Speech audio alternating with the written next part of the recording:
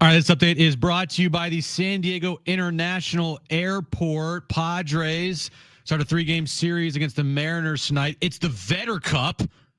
6:40 first pitch. Stephen Kolek will be on the mound for the Padres. Tomorrow night, SDFC takes on Kansas City. 7:30 start time at Snapdragon Stadium. 7 p.m. is when our pregame coverage starts right here on San Diego Sports 760.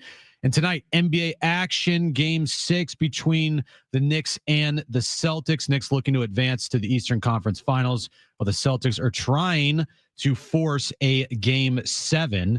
And look at the PGA Championship leaderboard right now, leading the tournament at 8 under par. Jonathan Vegas, Scotty Scheffler, he has made a push today. He is at 4 under par. And my guy, Matt Fitzpatrick, is 6 under par.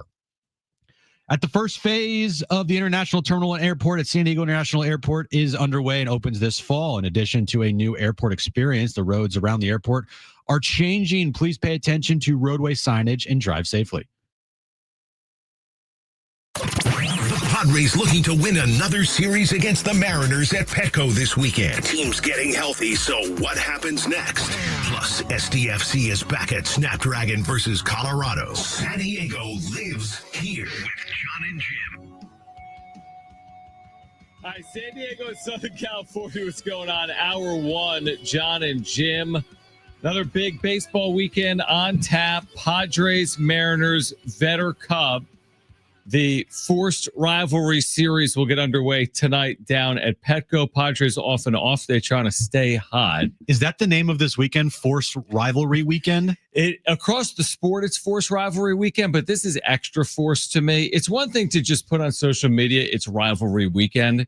That's fine. They can say whatever they want on social media about rivalry weekend. Vetter Cup takes it a step further. They're not calling the Phillies Pirates series like the Keystone series. Maybe they are. Maybe I missed it. Or they're not calling Royals Cardinals the Show Me State series, but they're calling the Mariners Padres series the Vetter Cup. What are they calling the Rockies D-backs rivalry series? The battle for relevancy. I don't know. What about the Tigers Toronto Blue Jays rivalry series? That's a big rivalry. Yeah, so it is rivalry weekend in baseball, whatever that means. Yeah. But the biggest rivalries in the sport, like Cubs, Cardinals, Dodgers, Giants, the more recent rivals of Dodgers, Padres, Yankees, Red Sox, none of those teams are meeting each other. No. It's basically interleague weekend is what they should call it. I'm fine with Cubs, White Sox. Okay. Yeah.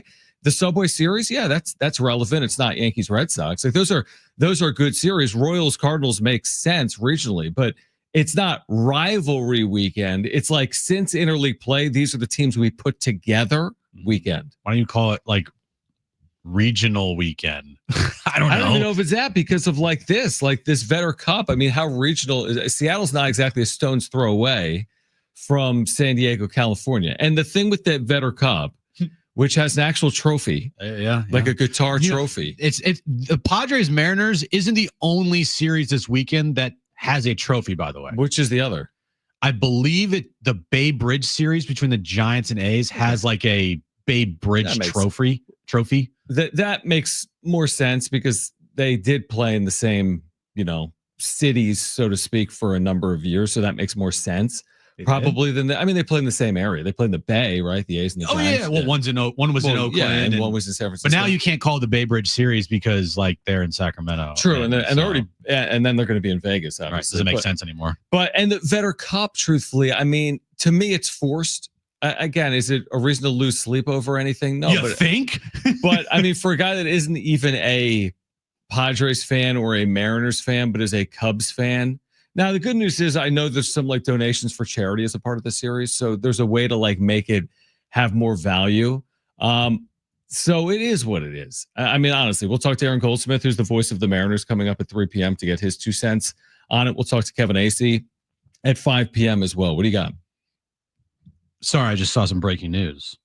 Brock Purdy's just signed an extension with the Niners. But we'll talk about that later. That is huge. Yeah, that's not going to start our show today because but there we go. All right. So anyway, Padres Mariners game 1 is tonight. And again, Aaron Goldsmith, voice of the Mariners at 3 p.m. Kevin Acee, Our Padres insider will join us at 5 p.m. The other thing as we get ready for the series is what Jon Heyman reported last night. Jon Heyman's been a little bit all over the place with, he had AJ Preller, I think, on his podcast within the last month. He's like, hey, would you trade Michael King or Dylan Cease? And Preller answered it actually appropriately, but it made no sense because it was in season and the Padres were 14-3. Well, Heyman reported last night that the Padres will try to bring back either Dylan Cease or Michael King, with King being the primary target. Obviously, that is massive reporting if accurate. If the Padres are actually trying to secure an extension with either Dylan Cease or Michael King, that will not come cheap. And that will be a huge, huge shot in the arm for the organization if they are able to bring back either of those pitchers beyond 2025.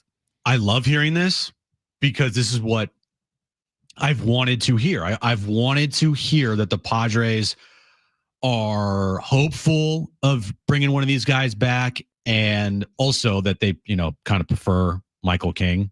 Like in this article that's behind a paywall from Jon Heyman, does mention that scouts look at Michael King as the better pitcher long-term wise, and a guy that might, last longer than Dylan Cease. Stuff-wise, they both have great stuff. Mm-hmm. There's no doubt about it. I just know that watching Michael King for the last year plus here and Dylan Cease for the last year plus here, we've talked about it. It's not even close. It's Michael King for me all day. Here's what I would say. I'll take either, and I won't complain. If they signed either of these pitchers to an extension, I would be over the moon excited about it, because it's hard to guarantee, or it's hard to really know who's going to have a better next 5 years. So I would bet on either of them. I'd prefer to have either over neither, obviously. So if they deem it to be Michael King, I'm 100% on board. If they somehow get a deal done with Dylan Cease, I'm 100% on board. So if they get either of those done, to me, that is a massive development. I didn't see it this offseason. This offseason, we're talking about how are they shedding payroll? Where are they paring back? And that hasn't been the conversation since the year started. The Jackson Merrill extension, what Jon Heyman is reporting here today. I mean, if this comes to fruition, Michael King or Dylan Cease long-term, the John Seidler era is off to a pretty good start. Yeah, I would much prefer Michael King. Much prefer. Oh, yeah. Wow. Not even close. For me, just for me, like personally, Michael King all day, 7 days a week. Wow. Yeah. If okay, in terms of because it's cheaper, because he's better, I think both. I think he's better, and I think that you could get him for cheaper because who's Dylan Cease's agent? Right. Come on. So for me, it's pretty simple. If you said, all right, you got to pick one, every day I'm picking Michael King. No, that's nothing against Dylan Cease. I like Dylan Cease a lot, and when he's out there and on, he's one of the best pitchers in the game. We've seen it. Mm-hmm. He's got no-hit stuff, literally. But durability, less innings on his arm, stuff-wise, consistency. To me, it's Michael King. What if you couldn't get a deal done with King? If for whatever reason. Yeah, and then you landed Dylan Cease, because you don't really control what the player or the agent wants. Yeah, in that scenario. Believe me. If they signed one of them, that's great. Yeah, that's my point. I think if you sign one of them, that's huge. I like Michael King a lot. I like Dylan Cease a lot. Michael King has no doubt had a better start to the year than Dylan Cease, and I like what he did last year in the postseason. Yeah. But if you're asking me to choose, like Jim, choose between A or B, right? I'm choosing Michael King. Yeah, I would love to start with Michael King as the workhorse, the ace moving forward into his 30s. I mean, if Michael King is here in 2026 and you pair him with a healthy Joe Musgrove, and you've got Nick Pivetta, and you've got an aging Yu Darvish, I mean, you're kind of where you need to be from a rotation perspective if you have either King or Cease back in 2026. I think if both walk, you've got gaping holes in your rotation. It would make sense to me that the Padres would, seriously pursue it, even if it is going to, I don't know if it's going to break the bank or not, but it makes sense to me to pursue, because if you don't have either of those pitchers in your rotation next year, I don't know how you make up for that. Maybe with a signing like Nick Pivetta, which they just did this past offseason. But when they trade for Paul Skeens at the deadline. Yeah, exactly. When they trade for Paul Skeens, that'll be the answer. Yeah. I mean, The funny thing is, like we talked about it yesterday, you're like the capital it would take to get Paul Skeens. Again, it's not happening. It's a pipe dream. Like, would you prefer to give up the capital to go get Paul Skeens or just extend? Just extend Michael King. Probably just go extend that pitcher. And Michael King is going to cost less than Dylan Cease. Dylan Cease could demand somewhere close to $200 million. I think Michael King could get well over 100, but nowhere close to 200. Like we had Dan Zamborski on the other day, and asking about comps. He said, around 100 million, over 100 million. That would be, to me, if you signed Michael King, or if he signs a contract, say 4 years, 100 million. That to me is pretty good. Well, what was interesting though is he compared it to the Zach Wheeler deal. Yeah. And when you look at the Zach Wheeler deal, it's $42 million a year. That's a lot.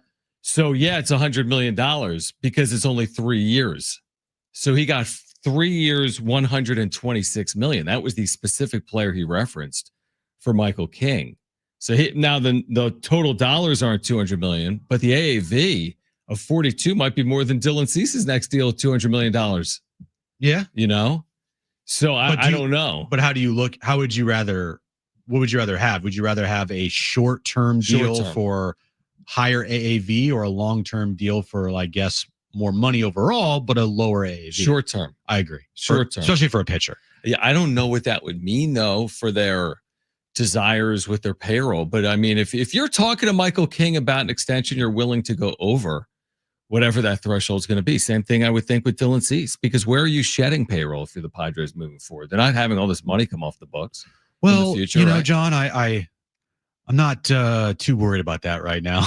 If Jon Heyman's reporting that the Padres are hopeful that they can re-sign one of these guys, then it might be accurate.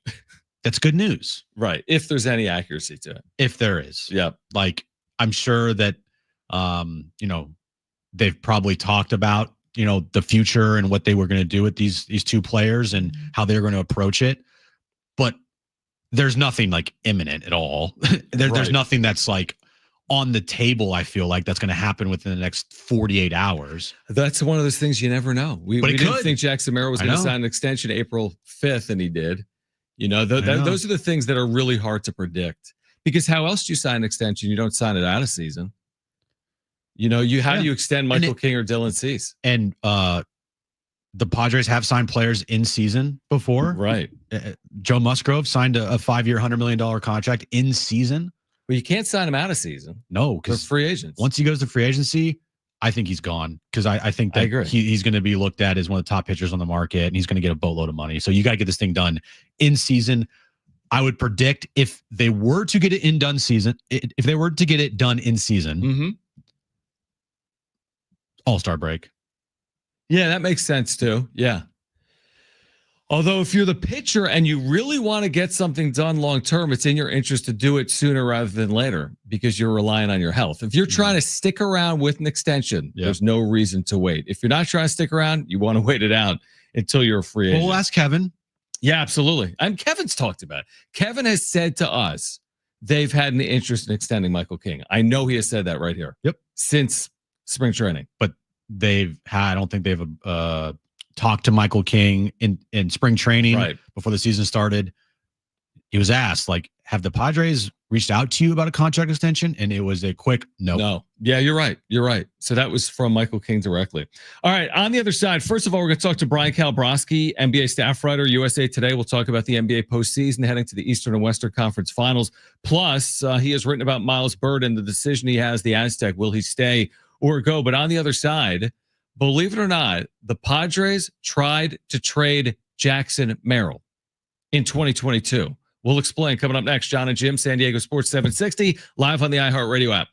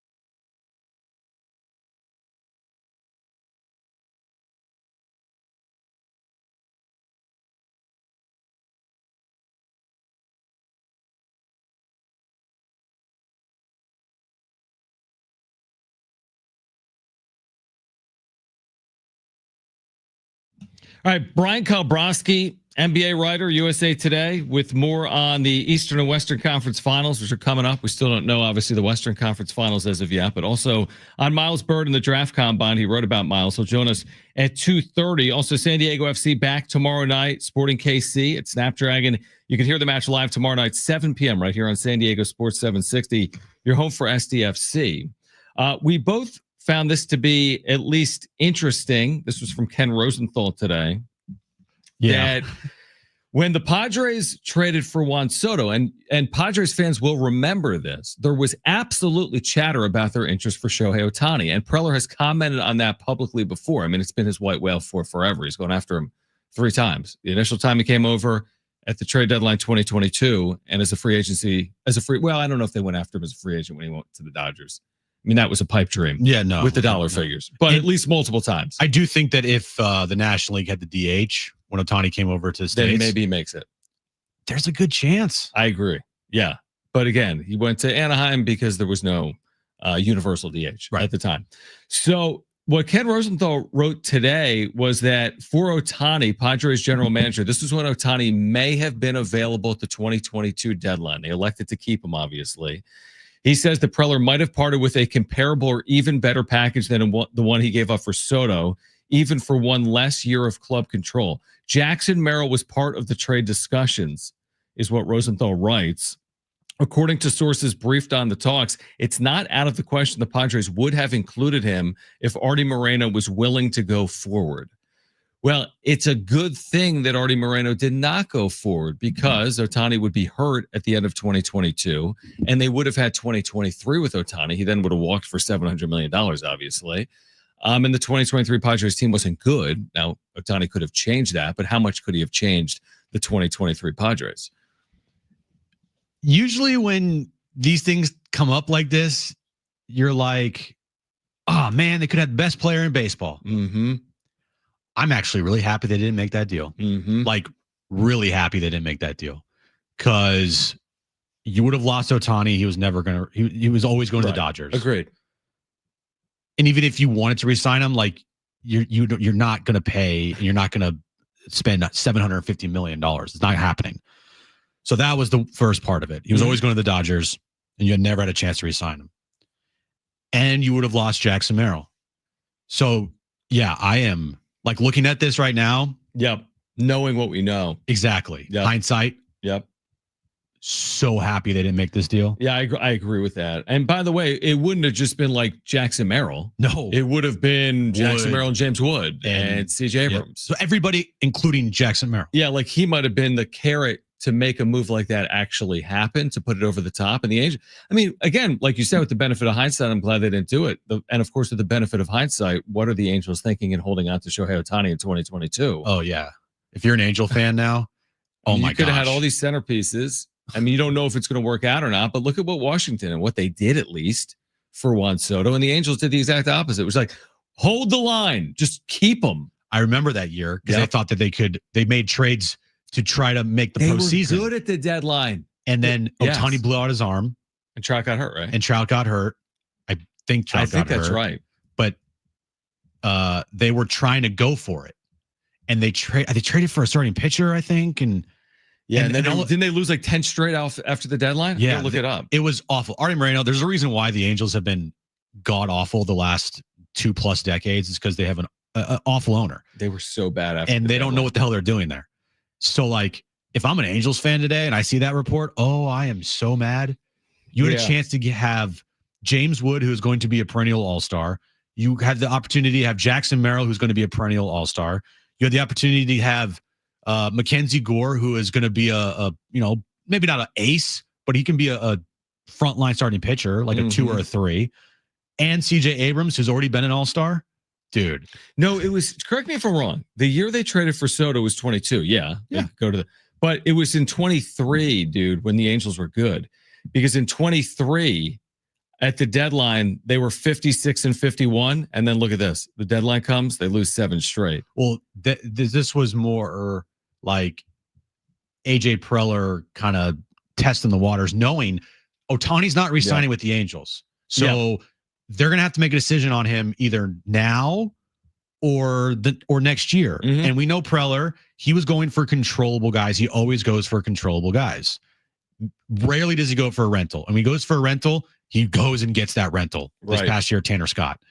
But yeah, I absolutely believe that 2022, he was also asking about Ohtani. They sucked in 2022, right? They were bad. They were like 10 or 15 under at the deadline, the Angels. Yeah, if Preller tried in 23 to get Ohtani as well, he couldn't have because he traded everybody for Juan Soto. And that's that why was the year that the 2022 Angels, and it was a perfect storm of ineptitude by the Angels, because when they sucked in 22, they didn't move them. When they were quasi good in 23, they couldn't move them because you're quasi good. Yeah. So no, this was in 22.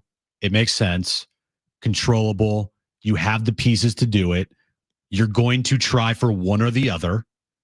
He got one of them in Juan Soto. The Nationals are a smart franchise. They did the deal. The Angels are a dumb franchise. They thought that keeping Ohtani, and they had a chance to re-sign him when they never did.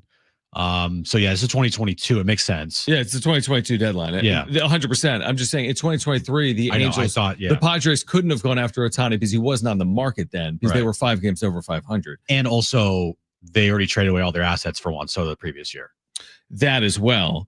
And by the way, what makes the Angels not considering a deal in 2022 even more egregious is you could have gotten the same Soto return plus Merrill, arguably, for less control of Ohtani than Soto. Soto had 2.5 years of control. Ohtani had 1.5 years of control. Again, everything looks different with hindsight, but yeah, for the Padres, they definitely benefited. Who would have ever thought that? They may have actually benefited for not trading for arguably the best player in the game in Shohei Ohtani. All right, Brian Kolbrowski will join us on the other side. We'll talk about the NBA postseason and Miles Byrd at the Combine. He has written about Miles Byrd, the San Diego State standout guard who's got a decision to make. Will he stay or go? Don't go anywhere. Jon Jim, San Diego Sports 760, and live on the iHeartRadio app.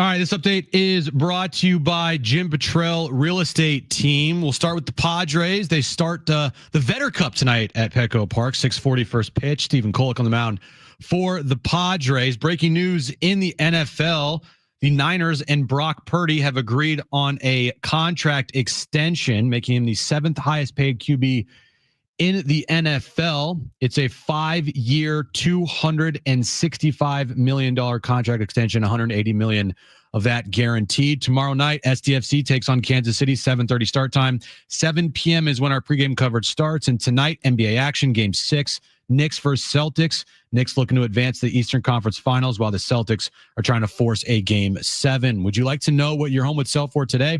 Get a simple text message with your home's value by texting your address to 855-600-6000. You'll get no phone call, just a text. Jim Petrell has the buyers. Simply text your address to 855-600-6000.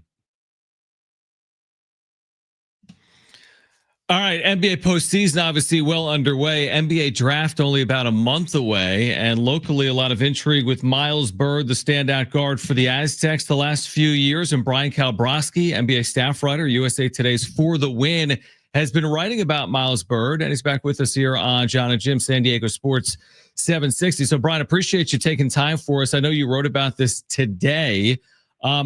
How much did Miles Byrd improve his draft stock based on what played out this past week in Chicago? And thanks for hopping on. Yeah, thank you so much for having me. I think that Miles Byrd was undeniably one of the biggest winners of the NBA draft combine. I think at this point, it's probably enough for him to stay in the draft as long as he feels comfortable with the range that he heard from the front offices and evaluators that were in Chicago with him. But what he did in Chicago was definitely enough to at least catch their attention. He's clearly one of the better defensive playmakers at his position, and he measured well too. That 6'10" wingspan is enough to grab some attention. I don't know if we can guarantee that he'll be a first-round pick, but the interesting thing is that he's not in the transfer portal, which means that it's not like there's going to be another team that swoops in and offers some crazy NIL deal that could trump anything that San Diego State is currently offering to him. It's basically either, do I feel comfortable enough with my draft range to improve it enough to go back to school for another year at San Diego State, or do I turn pro? And at this point, rather than, fishing for NIL deals at other schools, that's a pretty simple equation for him. What is San Diego State offering versus what is my projected draft range? I don't know if it's quite first round. It probably is in that late 20s to, maybe early 40s range. But I think that he will get drafted if he stays in this class rather than goes back to school. And that's definitely an interesting place for him to be. If he did go back to school and he does improve on the things that scouts and NBA people tell him that he needs to improve on, how much could he help his draft stock if he were to enter the draft next year instead of this year? Well, obviously, he ended the season on a pretty sour note. The postseason performance was not the last taste that he would want people to remember him by, which isn't exactly the worst case because he's now had some opportunities in front of other people at the combine to show what he will do more recently rather than what he did in the postseason. So he could improve on his play a little bit. He's not even going to be 21 on the night of the draft. So next year he'll still be 21 on draft night, which doesn't make him very old, all things considered, especially compared to other prospects. I mean, if you look at someone like Nick Clifford, he's going to be 23 on draft night. If you look at someone like Cam Jones, he'll be 23 on draft night. If you look at someone like Johnny Broom, he'll be 23 on draft night. So still only being 22 next year doesn't really limit his opportunities. But I do think that realistically, he can probably end up in a pretty similar range unless he ends up vying for like consensus All-American next season at San Diego State, or maybe leads them to a Final Four run, which San Diego State has had before. It's not like it's impossible for that program to make it to the Final Four. I don't quite know if I see enough talent on that roster right now. Obviously, getting Guaf back instead of him going to the portal is helpful for that. But I think at this point, he's in a pretty comfortable place where he's probably going to be at about the same as he would be this year, as he would be next year, barring, first team All-American type of performance while at San Diego State. Really good insight. Brian Kolbrowski, NBA staff writer, USA Today's For the Win, with us on Jon and Jim. Can you walk us through what it looks like for a player from like a guarantee perspective? You hear a lot about that this time of year. Like if a player gets a guarantee, then they'll stay in a draft. So like for a Miles Burr, like you said, maybe he could be a late 20s pick, which is a first rounder. Maybe he could go in the 30s or the 40s, which is a second rounder. But can a second round pick also get a guaranteed NBA contract? And what would that look like? Yeah, so guaranteed contract and guaranteed draft spot are definitely two similar but different things. You know, a guaranteed contract you're going to get still in the second round. Likely it might be a two-way, which is a little bit less of a guarantee depending on where you go. But if you're in the early 30s, you'll probably get a standard contract. The thing about the first round that's different from the second round is that the first round has a slotted rookie scale contract depending on what pick you get over the course of 4 years. Now, there's obviously options in that contract where the team could opt out, which, you know, you see happen fairly regularly. But at the same time, you're at least having 4 years kind of locked into place does give you pretty solid job security. And a guarantee on draft night is basically a team saying to Miles Bird, hey, if you're still there at 28 and we have the 28th pick, we're going to take you. They can tell you that all you want.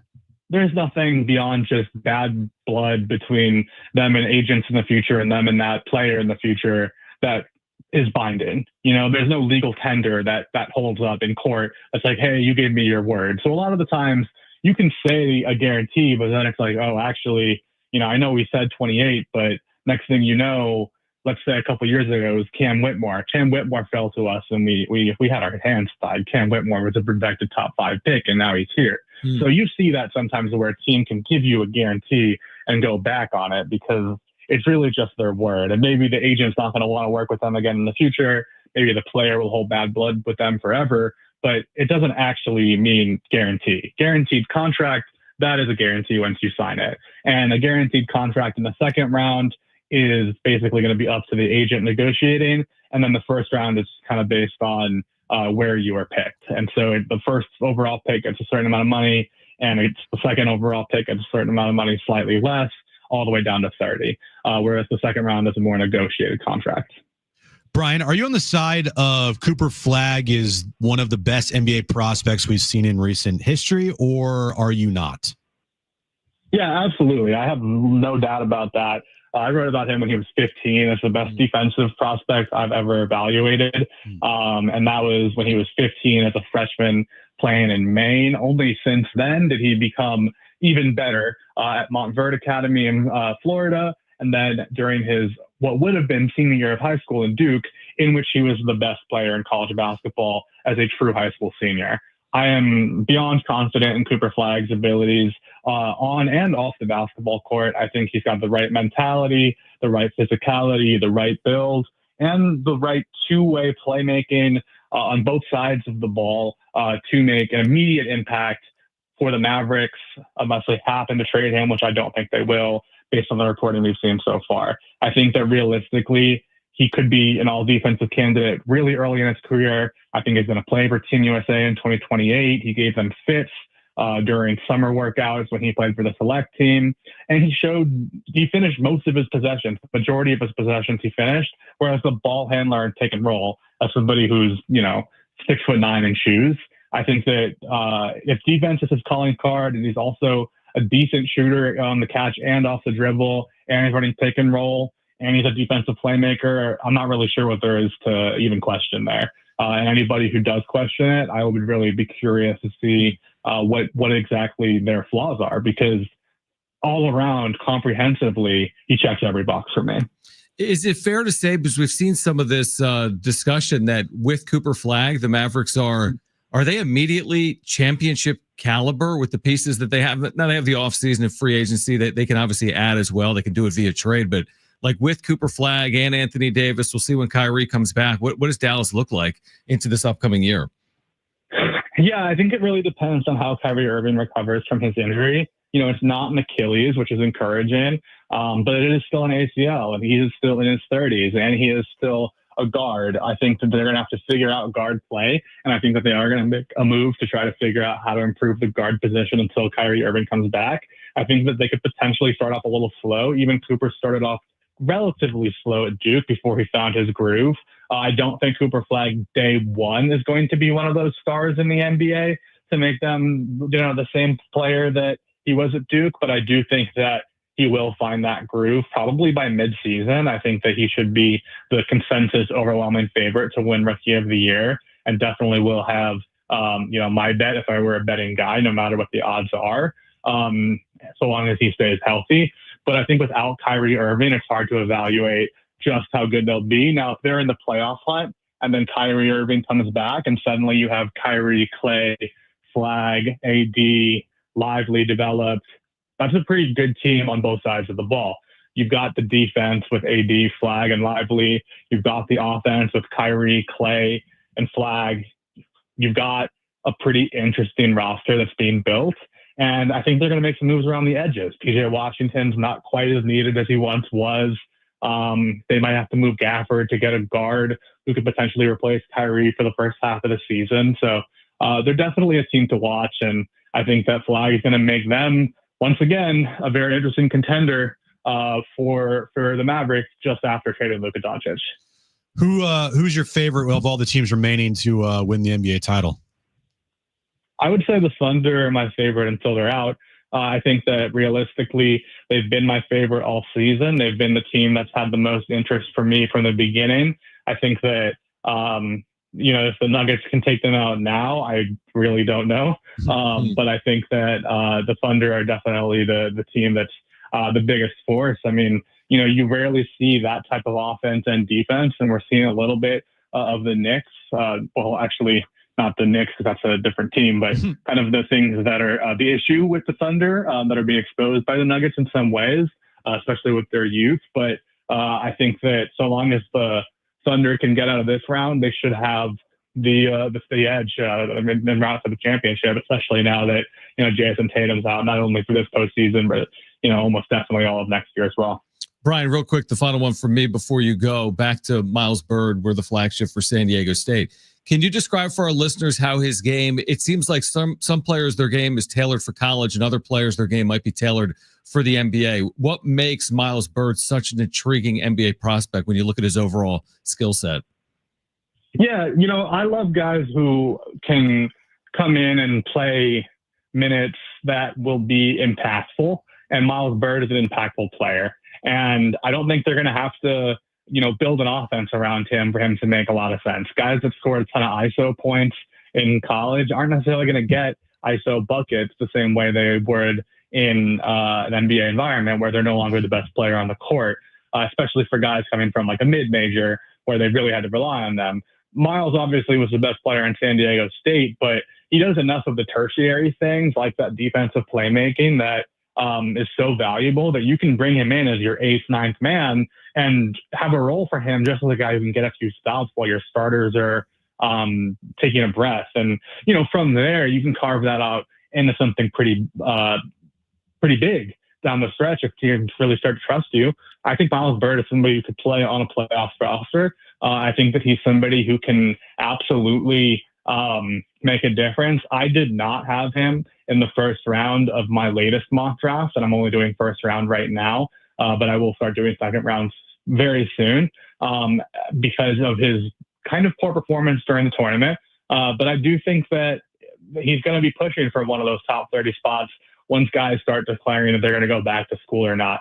Obviously, he's one of those guys that could go back to school, but there's plenty of guys who are testing the waters, who I do have in the first round, who might not actually be eligible on draft night. So let's say I had Miles currently slated like 35, he stays in the draft, and then 5 guys go back to school that are above him. Suddenly, a team's picking at 30. Teams picking at 30 are usually playoff contenders looking for guys to fill the end of their bench.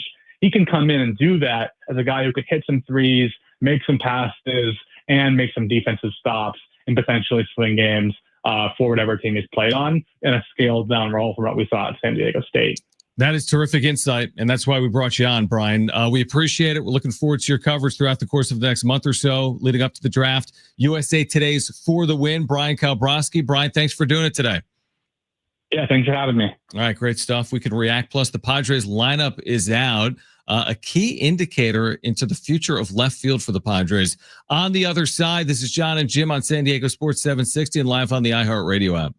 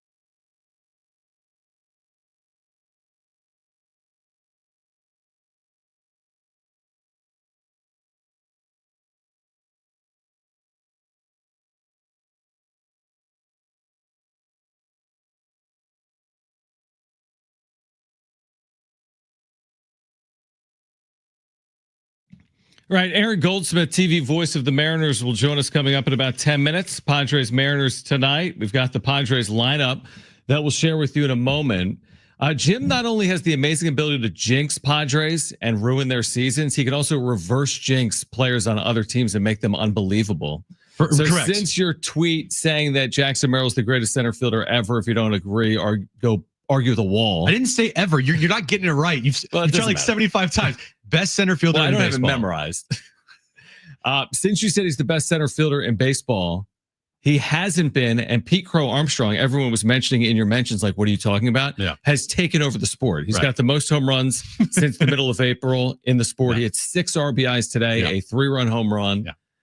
So do you take credit for turning around Pete Crow Armstrong and turning around Jackson Merrill the opposite way? No, I didn't turn around Pete Crow Armstrong. I just made him into like A Aaron Judge superhero. 2.0. Right.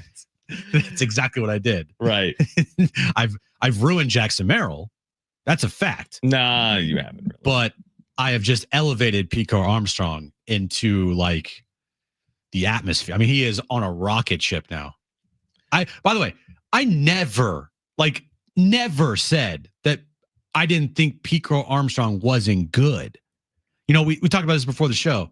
If you say somebody's better than someone else, like the LeBron and Michael Jordan stupid debate. Right. If you say LeBron's better than Jordan, people automatically think you are saying that Michael Jordan sucks. Like, no. Right. But when you say argue with a wall, you're kind of saying like it's clear and definitive, right? What do you mean? Go argue with the wall means it's not even an argument. Oh, yeah.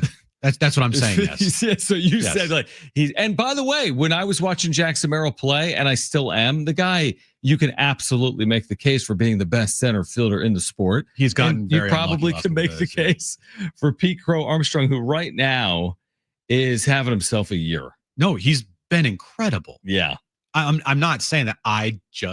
My personal opinion, that's what it is. My personal opinion, I think Jackson Merrill is the best in baseball. Here's how baseball works. Like, let's be honest with each other. Nobody's watching Pete Crow Armstrong other than Cubs fans, and nobody's watching Jackson Merrill other than Padres fans. True. That's what this sport is. Unless you're in the NFL, you're watching Tua and you're comparing him to Mahomes. You can watch it easily. Yeah. In baseball, how often are San Diegans sitting around at 11 a.m. Pacific and watching the Cubs at 2 p.m.? Very rarely. So, and now when they lock horns, when the Cubs play the Padres, people have those conversations, you know? I would say this, the Cubs get way more national games than the Padres do. So I would say from a national audience, more people would probably see more Pete Crow Armstrong Cubs games than they would Padres games. Maybe, but I mean, it's the middle of May. How many times have the Cubs been on national TV compared to the Padres this year? You know, Padres have been on Sunday Night Baseball a couple of times. They've been on Apple TV a couple of times. They're Apple TV tonight. They're Apple TV tonight to start the Vetter Cup. Exactly. So I listen. Merrill's a terrific player. Pete Crow Armstrong's had a terrific start to his year. Yeah. And they might be teammates with each other in the All-Star game. Probably. And again, you're right. Baseball is like the ultimate regionalized sport now. It's not. That's hard to watch. That's why you never see it be talked about nationally because of how regional it is, which is baseball's own issue. But because I watch Jackson Merrill every night and I listen to Jackson Merrill every day, and I don't watch Pete Crow Armstrong every night, and I don't listen to Pete Crow Armstrong every day, then yes, my opinions are definitely skewed towards Jackson Merrill. And so are mine. And so are most people. It's just like the people that cover the Cubs are skewed towards Pete Crow Armstrong. And to your point, I do like the overall point that both can be really good. Yes. And both can have really good seasons, and both can be all-star caliber players. By the way, Padres lineup tonight. Aaron Goldsmith will join us in a few minutes. We'll get into this Brock Purdy deal in the 3 o'clock hour as well. Padres have Brandon Lockridge once again starting over Jason Hayward. That's the second consecutive game they've done that. So it looks like maybe Lockridge is taking hold of left field, which makes sense considering Jason Hayward's struggles. And now the question becomes, how long can Hayward kind of maintain a roster spot if Lockridge actually takes firm control of playing as more of a regular in left field moving forward? Well, when you get a hit with the bases loaded the other night, yep. Guess what? You're going to be in the lineup the next day. He should be. Yeah. Yep. So it's about who's going to take the bull by the horns here, and when given opportunities, who's going to succeed. Mm-hmm. So far, right now, it's a very small sample size with Brandon Lockridge, but Brandon Lockridge came through the other night. Jason Hayward didn't. Right. Jason Hayward has not come through at all this year. So it's almost like a game-by-game basis. Hey, we're riding with the hot hand. And the last time that Brandon Lockridge was out there with an opportunity to do some damage, he did just that. Bases loaded, 2 outs, got a single up the middle. Mm-hmm. Perfect. Scoring 2 runs, you're playing the next day. Yeah, I like it. He'll bat 9th tonight for the Padres, who have the big bats in there coming off an off day, and now it gets way more every day for the Padres. So many fewer off days from now, really until the All-Star break. If you look at it, they've had so many in the first 6 or 7 weeks of the season. They'll have a lot fewer over the next 6 or 7 weeks. And again, the first of 3 against the Seattle Mariners, who, Jim, and we'll have Aaron Goldsmith in a minute. The Mariners have been good. They haven't been perfect, but by their standards, a nice start to their year. 23-19 overall. Their offense has been good. I was just looking at their team stats. Their team on base plus slugging is 12th in baseball. Their team ERA is a little lower than you'd expect, but Mariners are 23-19. So they've had a decent start to their year. That's like back to the point of how baseball is so regionalized. Yeah, like who even knew? I had no clue that the Mariners were 23-19 on the season. Yeah. And that they've been playing pretty good baseball and that they're in first place in the AL West. Isn't that crazy? Like, no clue. Well, we'll learn more about if this was football and they were playing the Seattle Seahawks, I would know what the Seattle Seahawks record is and if they're good or not. Right. But in baseball, no clue. You know, it's funny. They're 23-19. They just finished a 1-5 homestand. So they were 22-14 heading into that homestand against the Blue Jays and the Yankees. They went 1-5, but still 23-19 heading to San Diego. We'll catch up with Aaron Goldsmith on the other side, TV announcer for the Seattle Mariners. That'll kick off hour 2 of Jon and Jim on San Diego Sports 760 and live on the iHeartRadio app.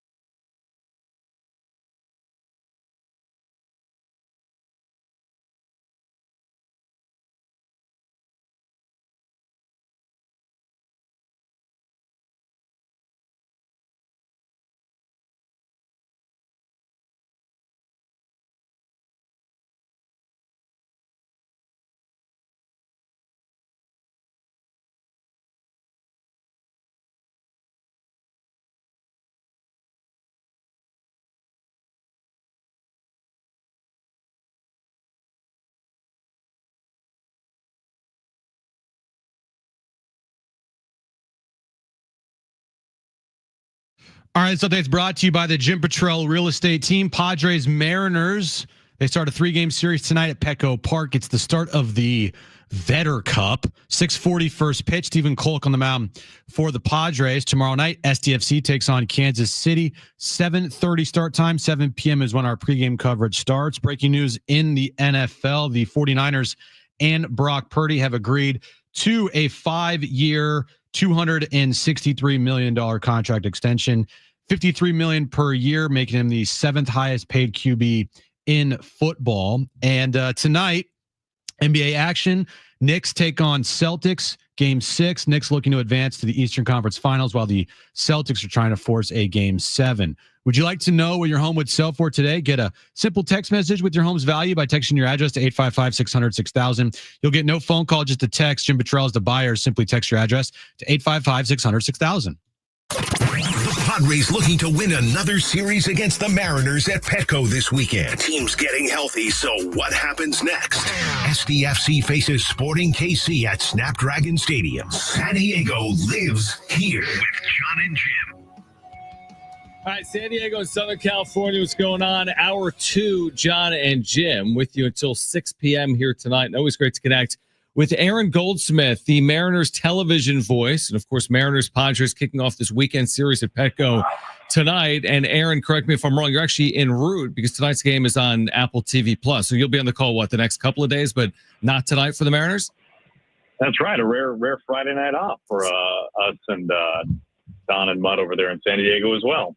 It must be. I want to actually start there for a second because you guys work so many games, just like the players, where it's each and every day. When you get a game like a nationally televised game, like the Apple TV, or if it's an ESPN or whatever it is, how beneficial is that for you or a broadcaster over 162? Must be nice. It's got to be nice. It's got to feel like, having a life to yourself for a day or two. Well, it is because, we all have families, and in my case, three young kids as well. And it's to get a chance to be able to spend a night at home that I wouldn't normally be able to be at home. The team's obviously in San Diego right now, and I had a chance to stay last night and part of this afternoon home with the families. It's great, man. You need those times to kind of reset a little bit, and we love what we do, and it's such a privilege to be able to call Major League Baseball. But when you have a chance to kind of reconnect and be a normal person for, call it 24 hours, it's a pretty nice feeling to have. So we really cherish those moments, all of us in the business do. All right, Aaron, from a scale of 1 to 10, how excited are you that this is the Vetter Cup weekend? I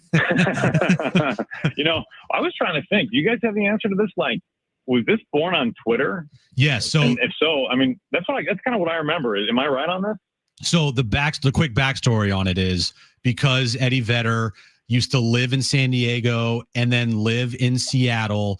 It was born off of you know who Corey Brock is? I believe he covered. Absolutely. Yeah, I love him to death. Yeah, Corey Brock is one of the founding fathers of the Vetter Cup on social media back in the day. So you can have him. You can thank him for why this is now what it is. Well, I'm glad you told me that. It's a good reason for me to reconnect with Corey. I love that guy. He's been good to both of these franchises over the course of his career.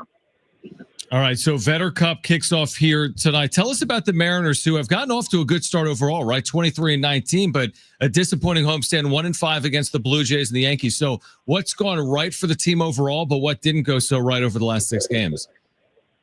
Well, the offense has been a real calling card for the Mariners for the first 40-some games or so of the season, which I don't know how many people were expecting to say that. If you go back to really the trade deadline last year when the Mariners acquired Randy Arozarena, really, believe it or not, from that point until today, the Mariners have been one of the best offenses in baseball, whether you want to just look at bottom line runs scored or you want to go more advanced with WRC+. This year, the on base has been exceptional as well, in large part because they've had the highest walk rate in baseball going into that Yankees series. So the offense has been really, really good for the M's. And the pitching, which obviously, as you guys know, has really been the bedrock, the backbone of this organization for years at this point. In particular, the rotation has struggled in part because it's been injured. The Mariners are right now down 3 really key starting pitchers. They're down their opening day starter in Logan Gilbert. They're down arguably their second best starter in George Kirby. So 2 all-stars right there. And then they're down Bryce Miller, who just landed on the injured list and hasn't been especially sharp this season. and now we know why. He's been dealing with a minor elbow issue. Miller had a sub-3 ERA last year. He's one of the best starting pitchers in baseball a season ago. So because of that, you've had some real issues with the pitching. The back end of the bullpen has been elite with Andres Munoz, who is in the conversation as one of the best relievers in baseball right now. But as you guys know, when you can't suppress runs, sometimes it doesn't matter how many you can score. Fortunately, the Mariners have been able to kind of out-hit their pitching for a large part of this year, but on the homestand, that was not the case. They didn't score enough, especially in the Toronto series, and they gave up too many, which is obviously a bad recipe no matter who you're playing or where you're playing. Cal Raleigh, one of the best catchers in baseball. He's had a great season so far. But what I want to know is, how did he get the nickname the Big Dumper? Well, the reason why he has it is fairly self-explanatory. How he got it, everything that I've heard is that, believe it or not, Jared Kelenic, who was once, as you guys know, one of the top prospects in baseball and a top prospect for the Mariners, who has now moved on to Atlanta. It was Jared Kelenic who initially came up with the nickname Big Dumper, and it has taken off from there. I mean, they even have jerseys in Seattle that have the number 29 on the back, and it just says Big Dumper instead of Raleigh. So he's bought all in on it. I haven't called him Cal in like 3 years. I just call him Dumper whenever I see him. So it's people. He is, in my opinion, on a more serious note, I mean, he is the most valuable player for the Mariners. And Julio has the most potential of anyone on this roster, and among the most potential of anybody in baseball. And certainly when he is on fire, it's like almost nothing else that you can see in the game. But the value that Cal Raleigh brings on both sides of the ball is really, really difficult to quantify. He has played in every game, guys. He's played in every single game so far this year. He's come off the bench one time. A pinch hit and drove in a critical late inning run for the Mariners. So he's everything to the M's. Yeah, it's incredible. Aaron Goldsmith is with us right now, Mariners television play-by-play voice right now on Jon and Jim, San Diego Sports 760. I mean, what does it say about the Mariners' commitment? I mean, that was a pretty sizable deal, right? Locking up Cal Raleigh, giving him over $100 million. Like, what does that do for the fan base and just for the organization as a whole to lock up a player like that long term? Well, the Mariners have had a knack for extensions. Yeah. On a smaller side, that was maybe less publicized because it happened so early in his career. A former Padre, Andres Munoz, signed an extension. Dylan Moore signed an extension many years ago. Luis Castillo signed an extension within literal months of being acquired by the Mariners from the Reds a few years ago at this point. And there's even more from there. Obviously, what they did with Julio is the big headliner. But when you lock up a guy like Cal Raleigh, who is really a foundational piece for your present and your future, it obviously shows how committed you are. It shows that you are willing to invest in this roster long term, and that you want someone to potentially have a real legacy in Seattle. Now, there's a chance that Cal's whole career is not in a Mariners uniform, but this extension certainly makes it a greater possibility that his whole career is in a Mariners uniform. And with a player like him, who you can make the case is already the best catcher in franchise history, the only guy that you would compare him to is the manager for the Mariners, Dan Wilson, whose career was certainly much longer. And who knows if Cal will be able to play for as long as Dan did. But the numbers that he's put up already, the fact that he has already a franchise-altering moment, which was the postseason clincher, the drought buster a number of years ago against the Athletics. You know, when you start doing all that and then you sign that kind of extension, it's like, okay, this guy is well on his way to becoming, and it's weird to say this after it's still just so early on in his career, but he's on his path to becoming one of the all-time great Mariners. And he's on a tough pace to hold up, but I mean, he just keeps having one career year after another. So it's been a joy to watch, and you couldn't ask for a better person, which is another big reason why the Mariners were willing to commit, because of the man, because of the person, not just even the player. How much of the fan vitriol has died down with the Mariners now winning and scoring runs? Because if I'm not mistaken, like, not a great offseason, didn't really sign anybody, like a free agents, you know, the end of last year didn't go well for the Mariners. Like, how is the fandom there now with the Mariners playing some pretty good baseball? Well, you are talking about a fan base who obviously has seen one postseason appearance in 22 years or so. Yeah. And the fan base also has not seen a run scored in their home ballpark in 22 some odd playoff years. The Mariners were shut out in their one playoff game a couple of years ago, that marathon of a game against the Astros. And there's also a fan base that has seen their team be good and not great. They have missed the playoffs in each of the last 2 years by one game. So does that mean that the Mariners haven't been a good team? Not at all. Mariners have been, if you look at just wins and losses over the last, you choose 3-4 years, the Mariners have been among the best teams in baseball in that regard, but that's been the issue, right?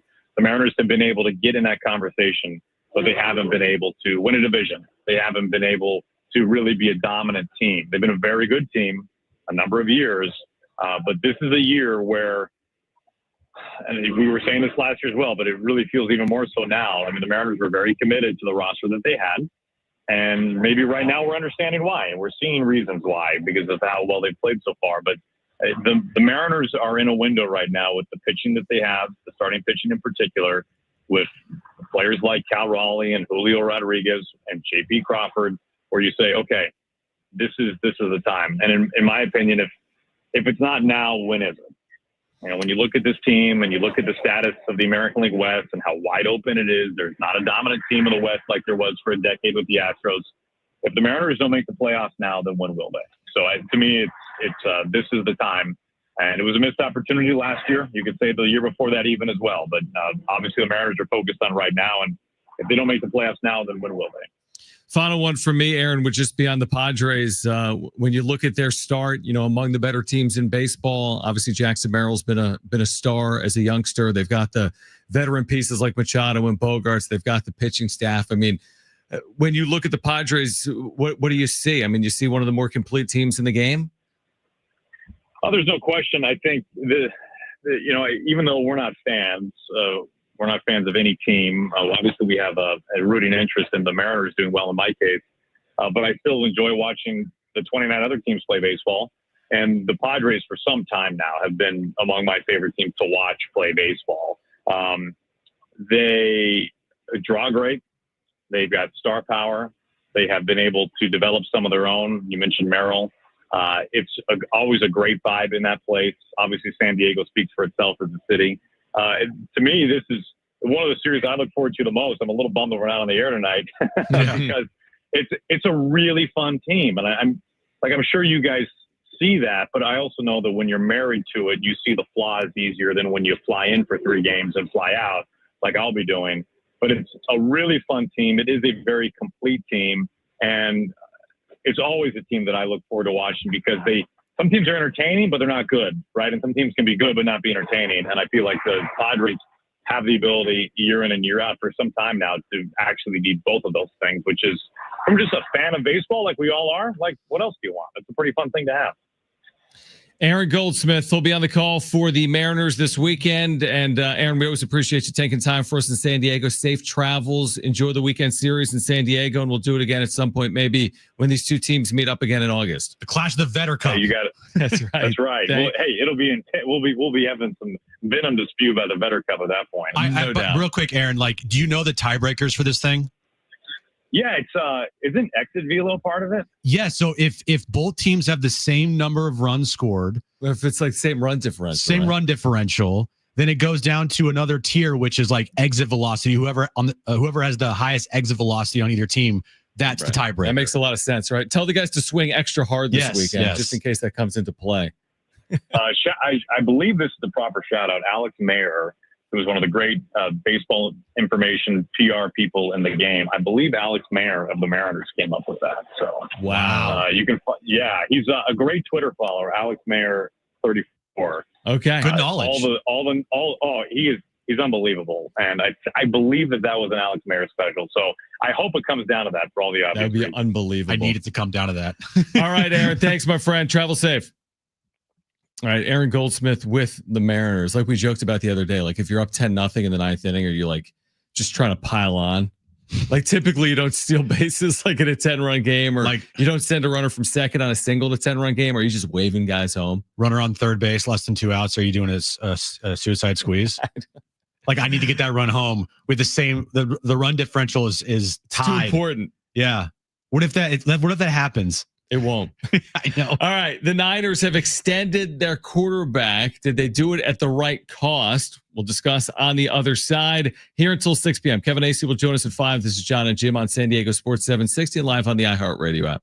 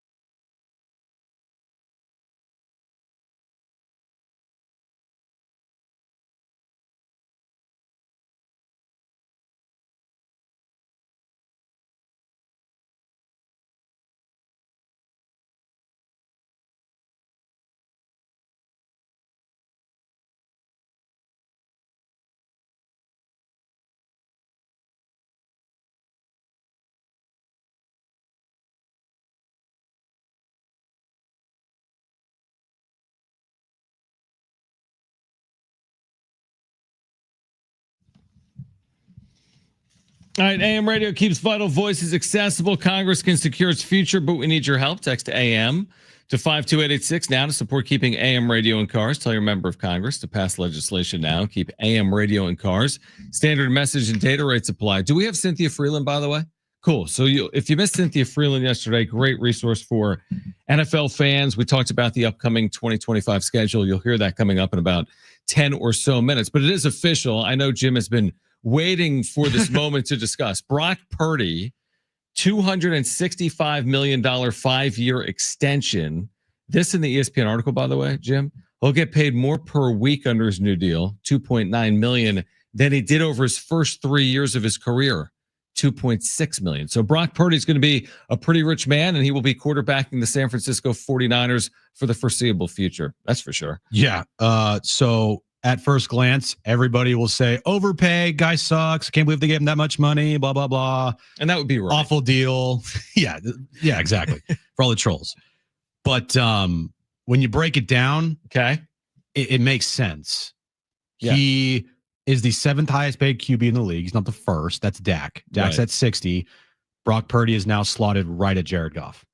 I would say both those quarterbacks about the same. Mm-hmm. All right. And as time passes, he might become the 8th and then 9th and then 10th highest paid quarterback.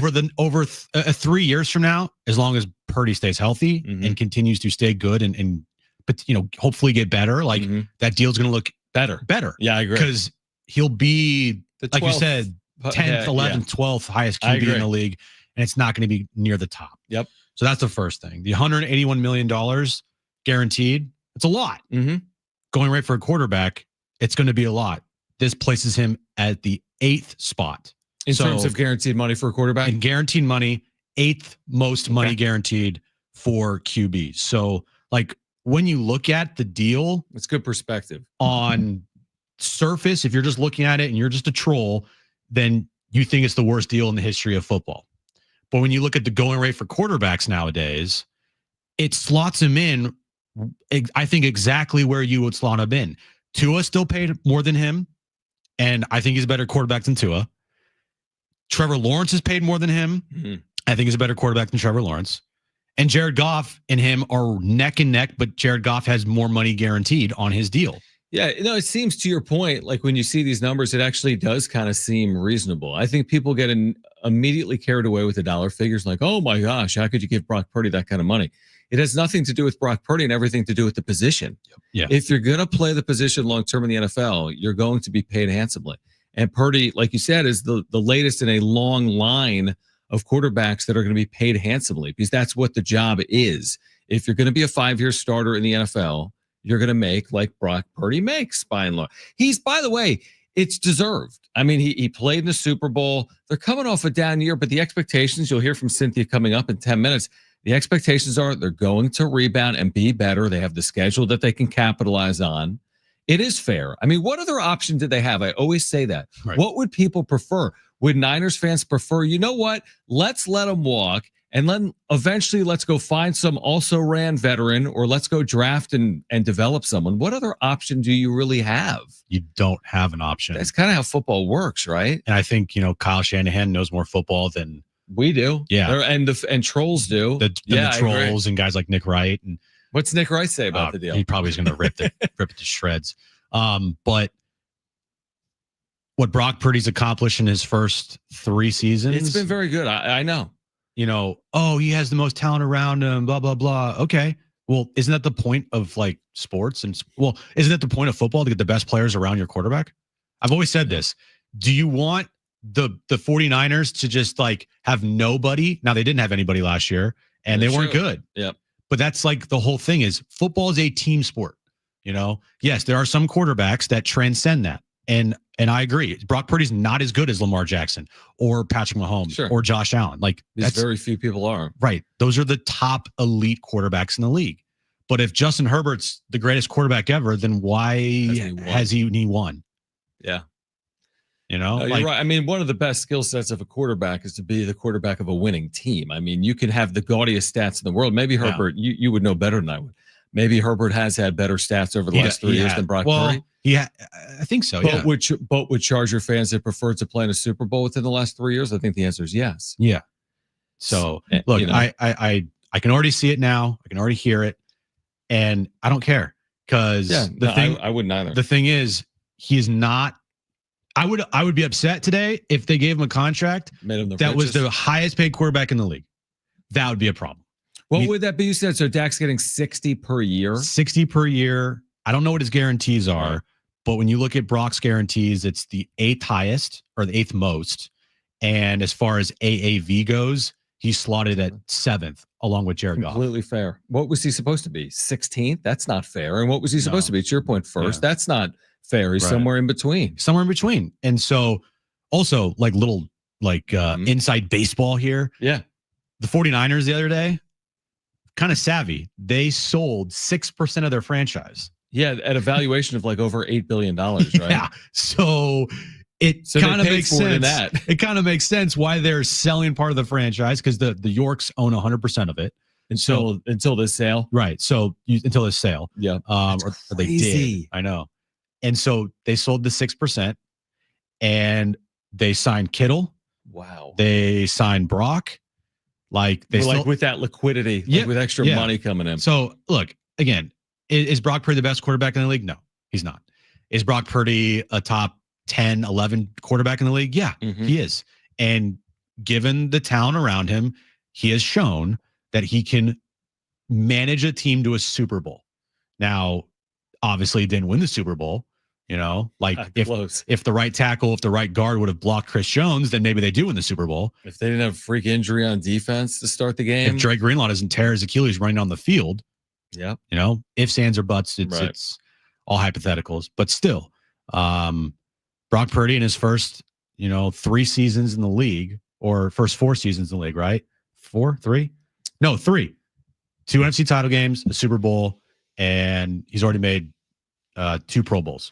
I don't see any other option for the Niners. And by the way, there's a very good chance he's playing in a second round postseason game this year, because with that schedule, if they win 10 or 11 games, I mean, they could absolutely make it out of a wild card round. They might be hosting a playoff game. I mean, yeah, he's won. So he's earned it. Yes, there'll be a lot of controversy over it. For whatever reason, he's been so polarizing. Like, it's not because of him. It's because of people's opinions of him. Because people don't want to accept the fact that a 7th round quarterback, just some guy. Yeah, that he can be a good football player. Yeah, definitely. Like I already see in the chat. Yeah. Purdy's not a good QB. Okay. Right. No, you're right. You're right. It's a fair deal. It's a fair deal, and he's probably going to continue to win at a good level. We'll talk to Cynthia Freeland on the other side, NFL Network, on the NFL schedule release. Plus, at 5 p.m., Kevin Acee, our Padres Insider. It's Jon and Jim on San Diego Sports 760 and live on the iHeartRadio app.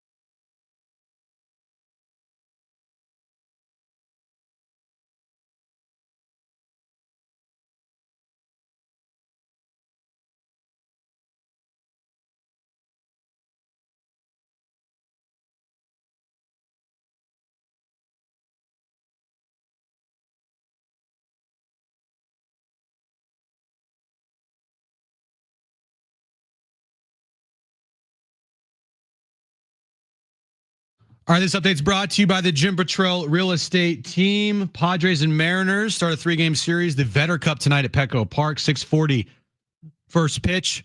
Stephen Kolek on the mound for the Padres. Moving over to NFL news of the day, Brock Purdy and the Niners have agreed to a 5-year, $265 million contract, $53 million a year, making him the 7th highest QB in the league. San Diego FC, they take on Kansas City tomorrow night at Snapdragon Stadium. 7:30 kickoff, 7 p.m. pregame. That's when our coverage starts right here on San Diego Sports 760. And tonight, NBA action, Game 6 between the Knicks and Celtics. Knicks looking to advance to the Eastern Conference Finals, while the Celtics trying to force a Game 7. Would you like to know what your home would sell for today? Get a simple text message with your home's value by texting your address to 855-600-6000. You'll get no phone call, just a text. Jim Patrol is the buyer. Simply text your address to 855-600-6000.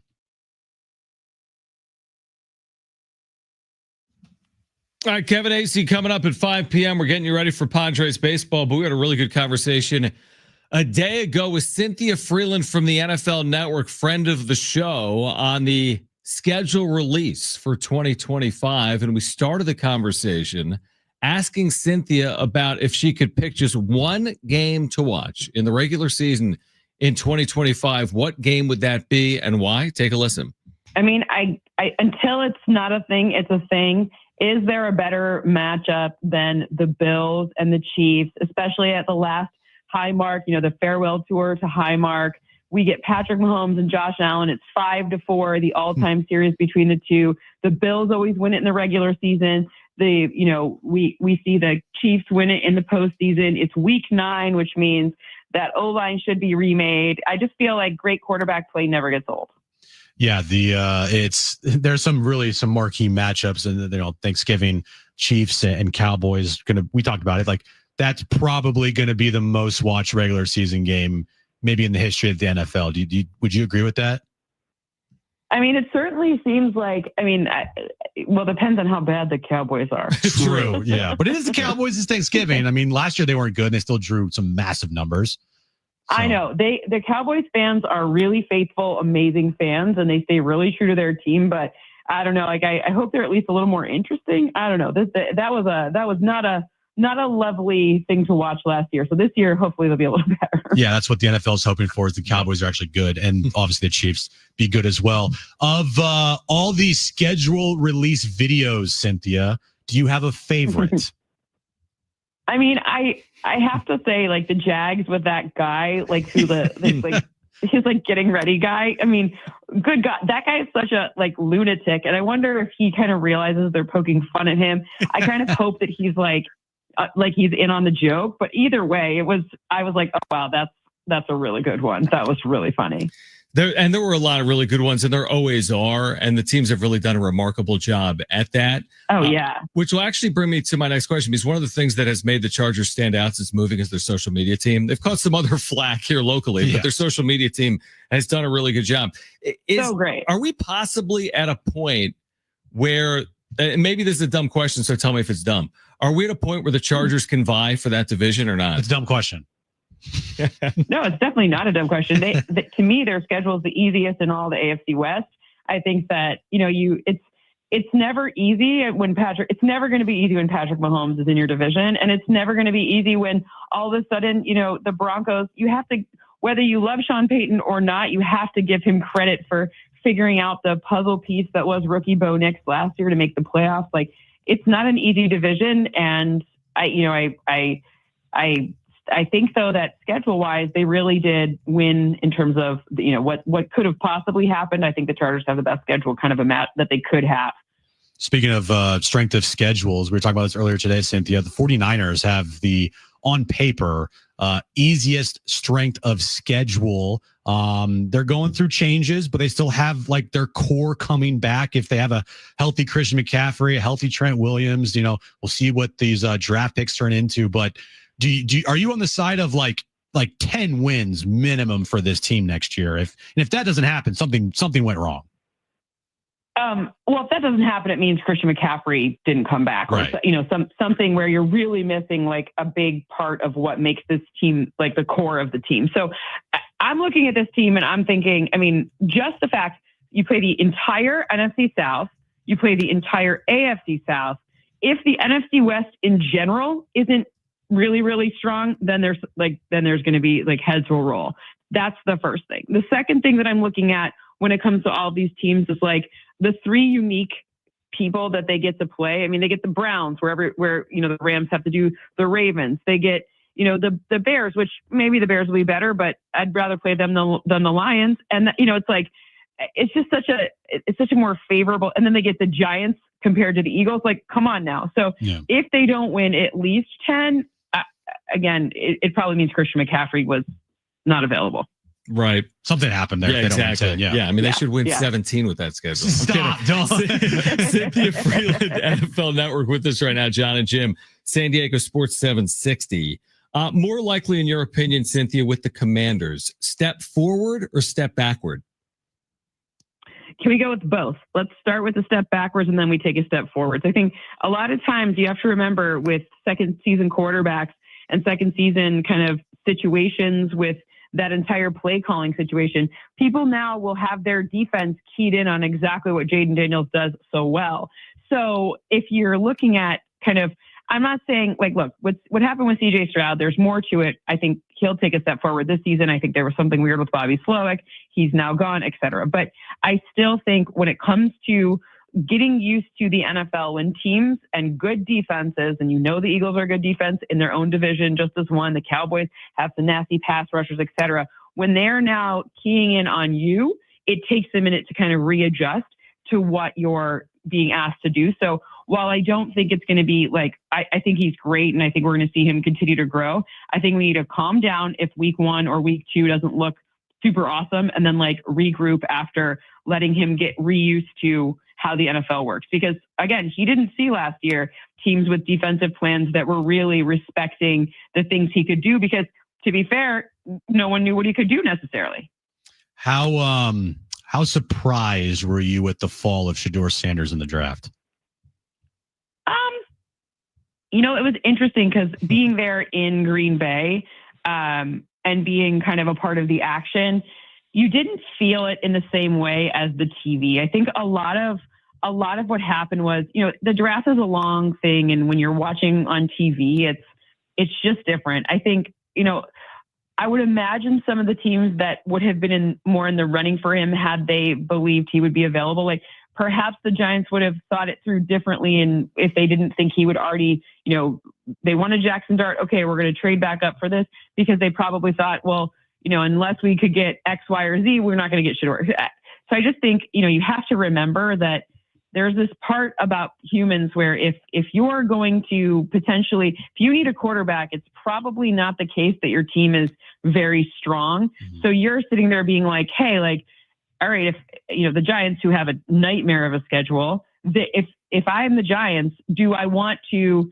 have Dion there who is a proven coach that could take my job, or do I want to try to work it out with a guy who maybe would be easier for me to teach and coach, considering Shedeur he's only really had one coach his whole kind of experiment with football. So it didn't feel as crazy in person. But, I saw all the stuff from people with like wildly hot takes on it. Right, and so I'm aware that was going on, but it didn't feel that like, it felt more like, all right, like kind of, business decision. Like it didn't feel as crazy if you didn't have people kind of hyping you up and turning it into a narrative.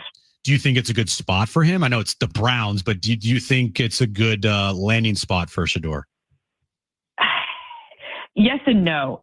Their O-line needs help, and it's not like Shedeur's used to having a good O-line. Like, let's put it that way. But I still think no one, no matter who you are in college, it really helps if you have a decent O-line at the next level.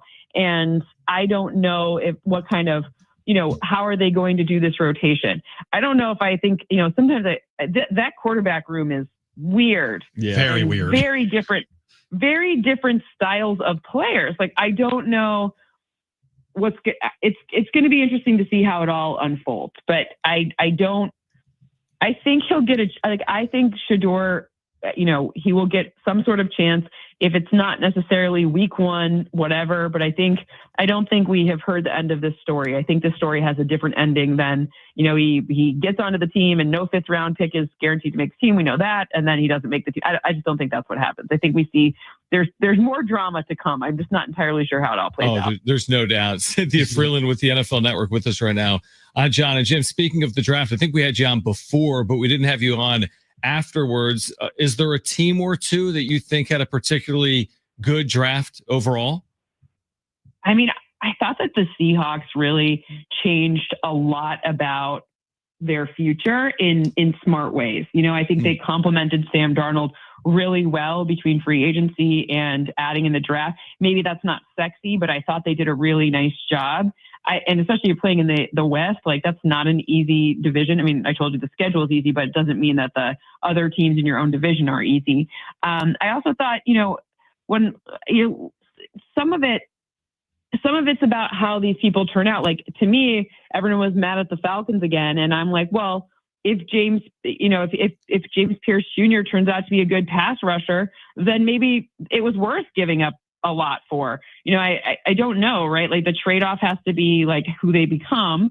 And I thought that could have been very good. And, I kind of always, some people didn't think it was a good pick, but I thought the Broncos getting a really great corner made the Broncos better too. I mean, you already have this defensive player of the year, and now you're adding to one of the nastiest, if not the nastiest defense. Like I thought that was good. I also thought the Bills had a nice draft. So, I mean, a lot of things were nice. We'll have to see who, this is a weird draft class.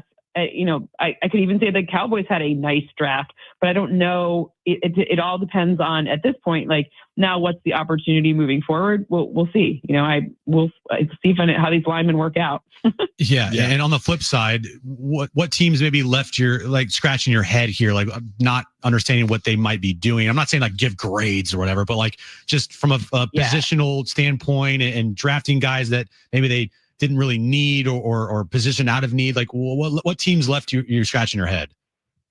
I thought the Lions, my hometown team, I thought that was a bit of a reach in round one. I know there weren't a lot of like the way you feel about defensive tackles can be what it is, but sometimes I'm like, is it just because you guys like aren't used to drafting this late? Like usually you're picking number like 3 overall, like whatever. So that was a little odd to me. I also thought I was a little like confused with some of the pick, not necessarily the Packers' first pick. Okay, they, first time they've had a wide receiver since 2003. But, if you're really having issues with potentially bringing back your star corner, maybe that's something you look to shore up with because Jair Alexander, it doesn't feel like he's in a great, I don't know. So, I mean, they obviously know more than me, but I just was like, all right, well, are you getting something nice to have or something that you need to have? I like to get things that are nice to have, truthfully. Yeah, well, that's different between so does my 6-year-old. You know what I mean? Like, you really need it. When your 6-year-old's not running either the way, job. right? Yeah, he's got like 700 Matchbox cars. Do we really need more? Maybe we should get a Hot Wheels, is what I'm thinking. Yeah. And maybe the Lions should be doing that. Probably. Yeah. Cynthia, we always appreciate your time. Hope you have a great spring and summer, and we look forward to catching up again soon, all right? Yeah, I think we've got 112 days until the season starts. But who's counting? Who's counting? 112. Right? I love that. It'll be here before we know it. I had to leave you with a number. I couldn't come on here and not have some big wowing number for you. That's a good number. That's a Cowboys, great number. Eagles, then Chiefs, Chargers, then week 1. There we go. We're pumped. Thanks, Okay. Cynthia. Have a great one, guys. Great stuff from Cynthia Freeland. All right, great to connect again on the 2025 schedule with our NFL Network insider, Cynthia Freeland. We hope to hear from Mike Schild at any point here. So we'll bring that Mike Schild pregame sound coming up as soon as we can. Plus the wrap is coming up. Plus Kevin Acee from Petco Park at 5 p.m. This is Jon and Jim on San Diego Sports 760 and live on the iHeartRadio app.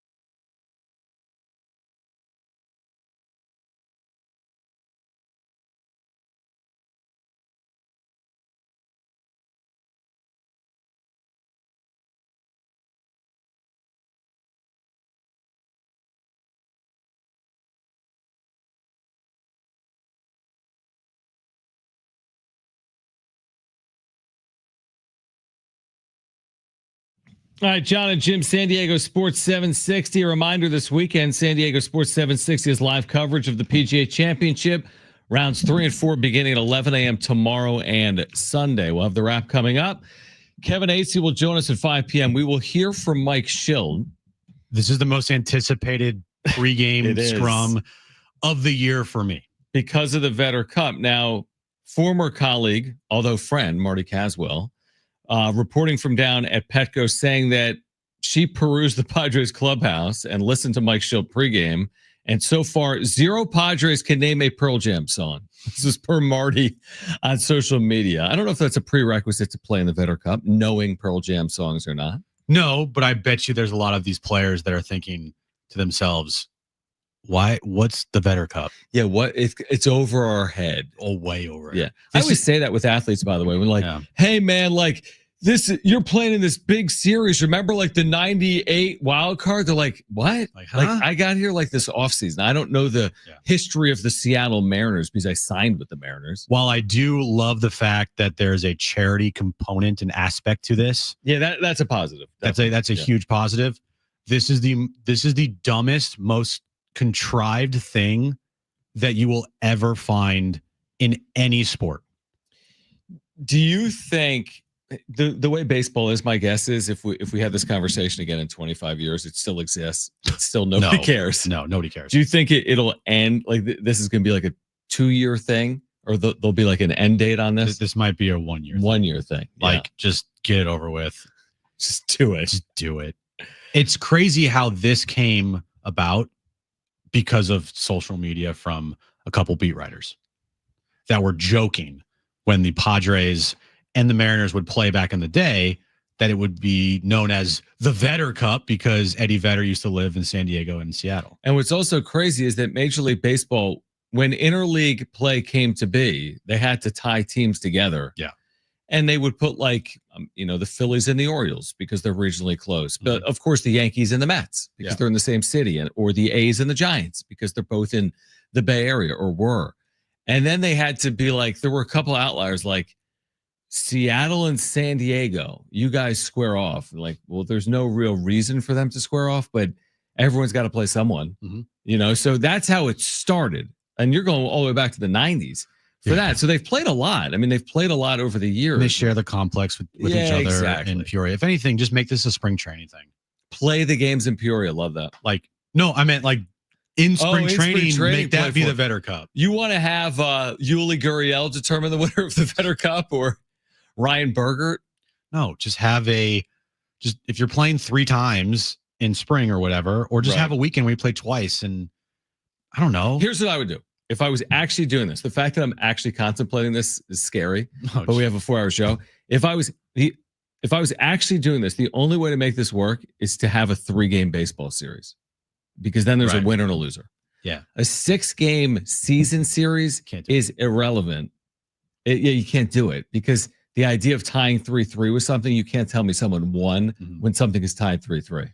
Yeah. Because of exit velocity. And it makes it even worse and even dumber when you find out that Eddie Vedder is a huge Cubs fan. That is a little off. Like, it doesn't make any sense. Again, like I said, it's the dumbest, most contrived thing in sports is this Vetter Cup.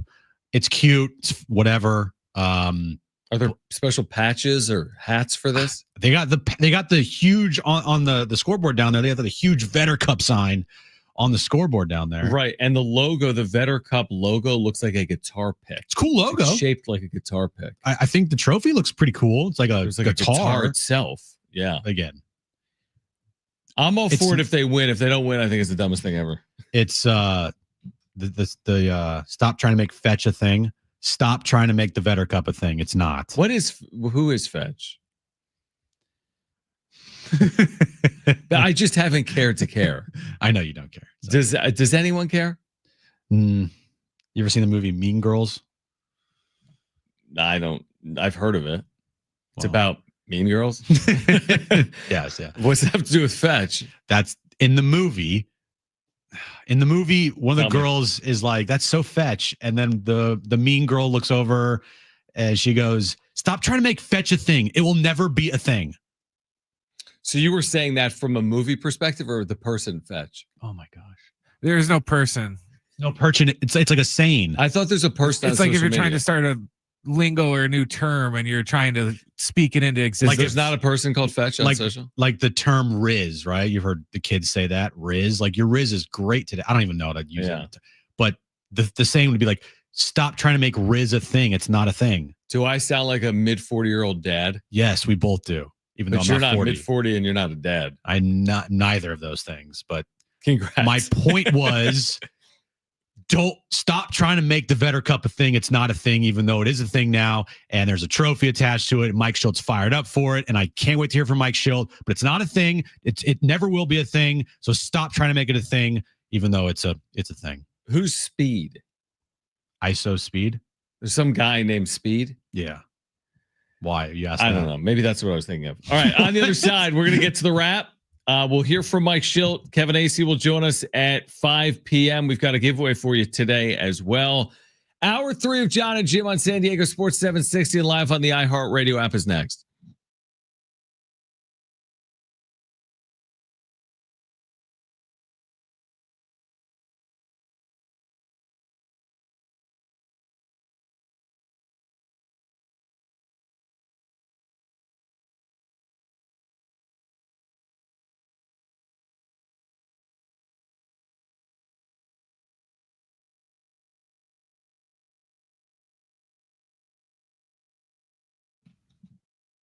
All right, hey guys, it is Jon and Jim again for the all-new Humul Casino Resort, the Players Place. A great time to get out there is this weekend, and then they've got Monday Night Live coming up for a chance to win a Ford Mustang Mach-E, brand new. You can win those every Monday in May. You can earn entries all month long just by playing, and on Tuesdays you can earn 2 times the entries. And catch the action at Tony Gwynn Sports Pub. Watch the Padres, hockey, and basketball playoffs live. Plus, have savory bites at Tony Gwynn Sports Pub, where fandom meets fantastic. So there's a ton going on, again, each and every week right now out at Humul Casino. And again, Monday Night Live going on Monday night for those chances to win Ford Mustangs, Mach-E's, incredibly every Monday night at Humul Casino Resort, the Players Place.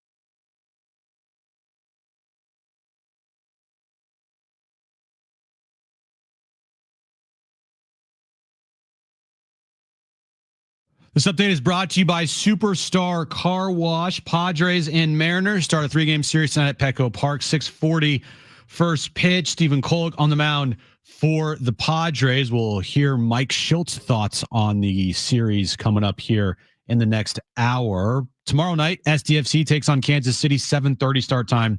7 p.m. is when our pregame coverage starts right here on San Diego Sports 760.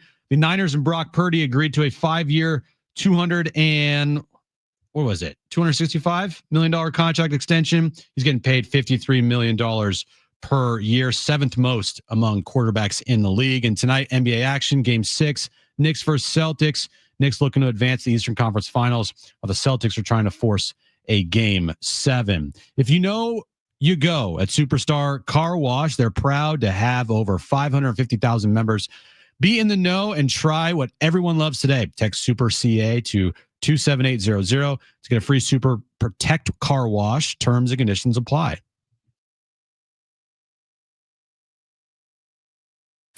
It's Jon and Jim to warm up that drive home.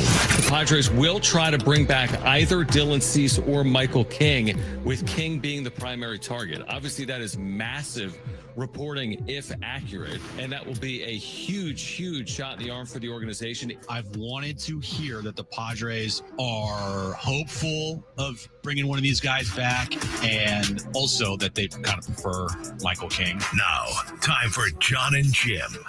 All right, San Diego and Southern California, what's going on? This is hour 3 of Jon and Jim. This hour, your chance to win a pair of tickets to see Simple Minds next Saturday, May 24th at the North Island Credit Union Amphitheater. Tickets and info at Ticketmaster.com. We'll get to the wrap in a moment. We'll hear from Mike Schultz coming up this hour. Kevin Acee will join us at 5 p.m. And I did want to note real quickly, you just actually mentioned it, San Diego State announcing the commitment of a running back that actually spent 2 years at Oregon before transferring to Cal, where I think he was hurt a little bit. He's a San Diegan, Byron Cardwell, who had a couple of good years at Oregon before some injuries. Didn't play a ton at Cal, but Byron Cardwell, San Diegan, coming back home via the transfer portal to Sean Lewis and San Diego State. Is he better than Marshall Faulk? That would probably be a pretty tall order.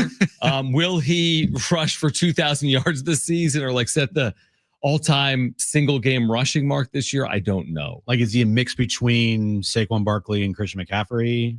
I don't know that. But if he is, that would be a huge win. I'm going to say yes. You're going to say yeah. I've not watched one single play, but I'm going to say yes.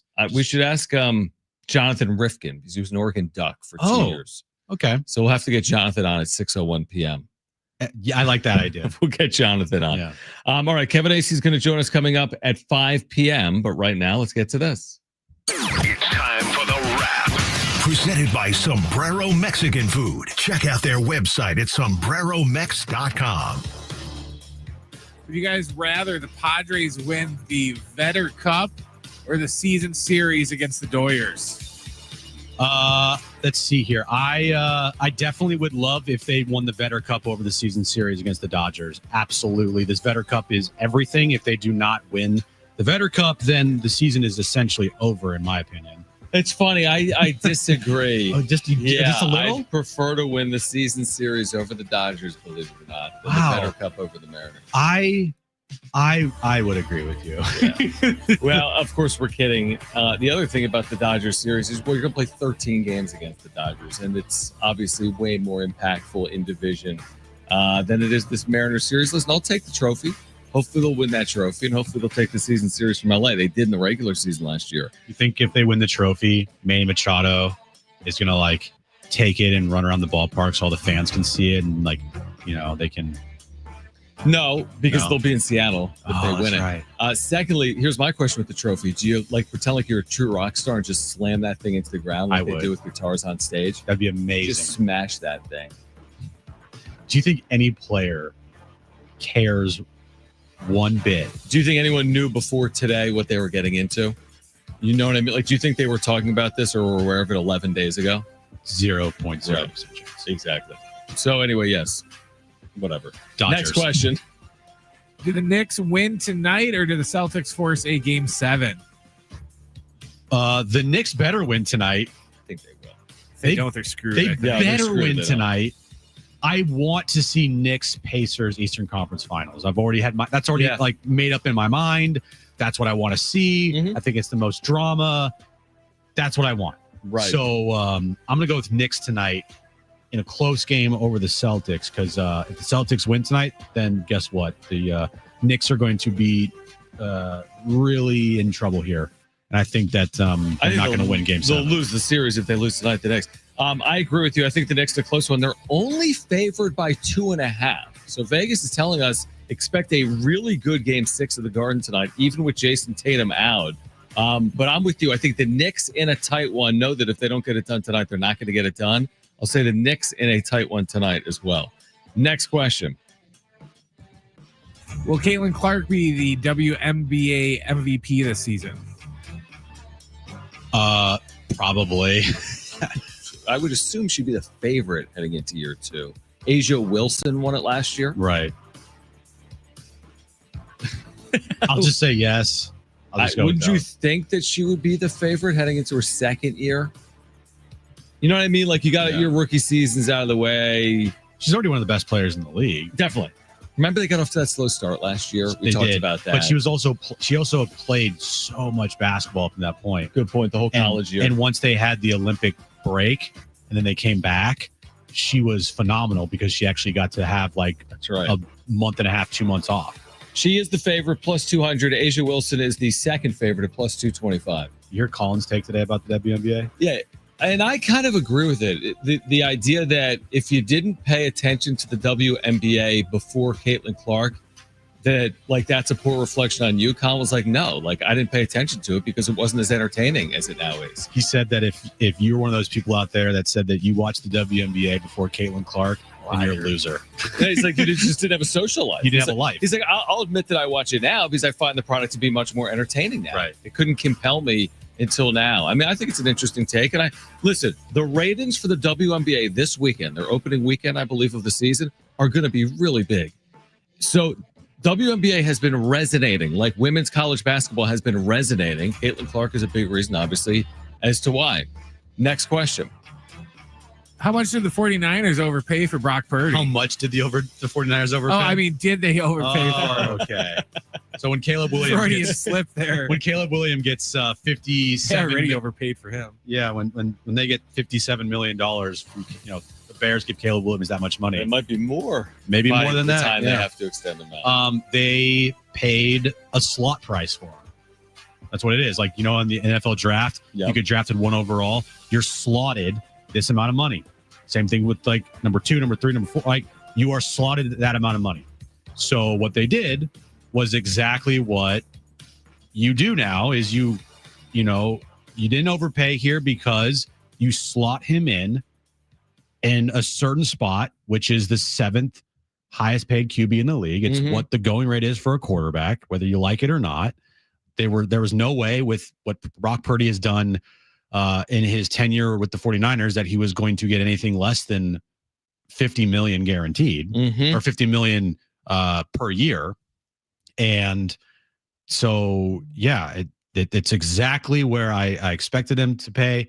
And it's the going rate for a quarterback, whether you like it or not. The hot take is there should be no hot take here. What else would any NFL fan have expected? What would have been if where people could have had hot takes is if he surpassed Dak Prescott and became the highest paid quarterback. That would have been a problem. There's the hot take. Or let's say he made only, I'm making this up, $37 million this year. Like, wait, they just paid Brock Purdy 5 years, $160. That makes him like the 23rd highest paid quarterback. That would have elicited hot takes. When he's slotted appropriately, to your point, there's nothing hot about it. It just kind of is what goes on with quarterbacks in the NFL that get extensions. There's certain quarterbacks like Sam Darnold and Baker Mayfield that are getting paid less than Brock Purdy, but also they have not accomplished what Brock Purdy has accomplished, even though they might have put up some better numbers this past year. And I think that Sam Darnold, jury's going to be still out to see if he can take what he did in Minnesota and translate that to Seattle. I think Baker Mayfield has found a home and found a really good spot for him in Tampa. But the facts are, like, guess what? They haven't accomplished what Brock has And accomplished. those are different. Like there's a little bit of a late blooming fail to succeed element, not a little bit, to both of those quarterbacks. Yeah. They fell on their face, got back up, and are having success middle of their career, where Purdy just took it and ran with it from day one. When you get a job after getting drafted and you become a franchise or starting quarterback, this is the going rate. And like Baker Mayfield he wasn't that quarterback initially. Maybe he is now. And if Baker Mayfield was on the 49ers and he did the exact same things that Brock Purdy has done, then okay, then guess what? Baker Mayfield's going to get paid just like Brock Purdy would have got paid. Mm-hmm. But we don't live in hypotheticals. It is what it is. Now, if you want to throw in a hypothetical out there, we're talking about it during the break. Imagine that Trey Lance wasn't a bust. And he put together the exact same stats as Brock Purdy. And they did exactly what Brock Purdy has done as the quarterback. So you have Trey Lance take the Niners to 2 NFC title games and a Super Bowl. Like same numbers, just replace Brock Purdy with Trey Lance. And if that were the case, they would say today that's a steal of a deal. If Trey Lance, that's a good point, would have gotten the same deal as Brock Purdy. But now, definitely, because it's Brock Purdy, you got everybody that's a troll saying it's an overpay. By the way, switching gears for a moment, and we'll hear from Mike Schilt when we have the opportunity to get the sound. Juan Soto is having his return to the Bronx. I mean, he spent 1 year, obviously, with the Yankees and helped guide them to a World Series.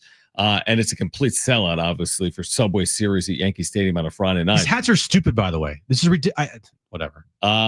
Anyway, he did a tip of his helmet to the crowd. I haven't heard what it sounded like, but it appears as if there was a good amount of ovation for Juan Soto. I'm watching it. I mean, fans came to their feet. It's a lot of Yankees and Mets fans in the crowd. But if you watch Juan Soto, who spent a year as a Yankee, he stepped out of the batter's box and thanked the crowd with a tip of his helmet tonight at Yankee Stadium. Okay. Do you think there's a lot of Mets fans there? There's a ton of Mets fans there. And there's a ton of Yankees fans there. I'm curious to hear what that sounded like. My guess is a combination between cheers and boos tonight for Juan Soto. But again, there's a lot of Mets fans and Yankees fans in the building tonight. They're wearing the hats because it's Armed Forces Day tomorrow. I know it is, but isn't next weekend Memorial Day weekend? It is. I know the Padres are wearing Memorial Day, or excuse me, I don't know. They're wearing this theme hat all 3 days this weekend. A Friday and Saturday, and then their normal Sunday look that they always wear at Petco Park. All right, on the other side, we hope to hear from Mike Schilt coming up on the other side, plus Kevin Acee, our Padres insider, will join us coming up at 5 p.m. Also this hour, your chance to win those tickets to see Simple Minds with Soft Cell and Modern English, Saturday, May 24th at the North Island Credit Union Amphitheater. Tickets and info at Ticketmaster.com. It's Jon and Jim on San Diego Sports 760 and live on the iHeartRadio app.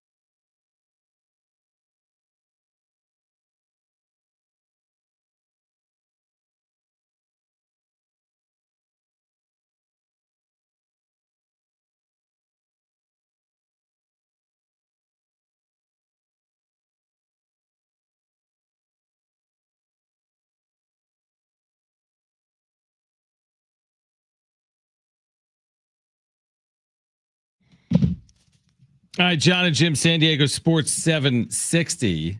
What makes the Soto thing interesting with him tipping the cap is because he was being booed. Yeah. At Yankee Stadium, which makes sense because I think a lot of Yankees fans thought when they landed him, he'd be there for a long time. And he goes cross town to the Mets. That's not going to be received well by Yankee fans. So Soto back in the Bronx as a Met, tipping his cap to the Yankee fans who are booing him tonight at Yankee Stadium.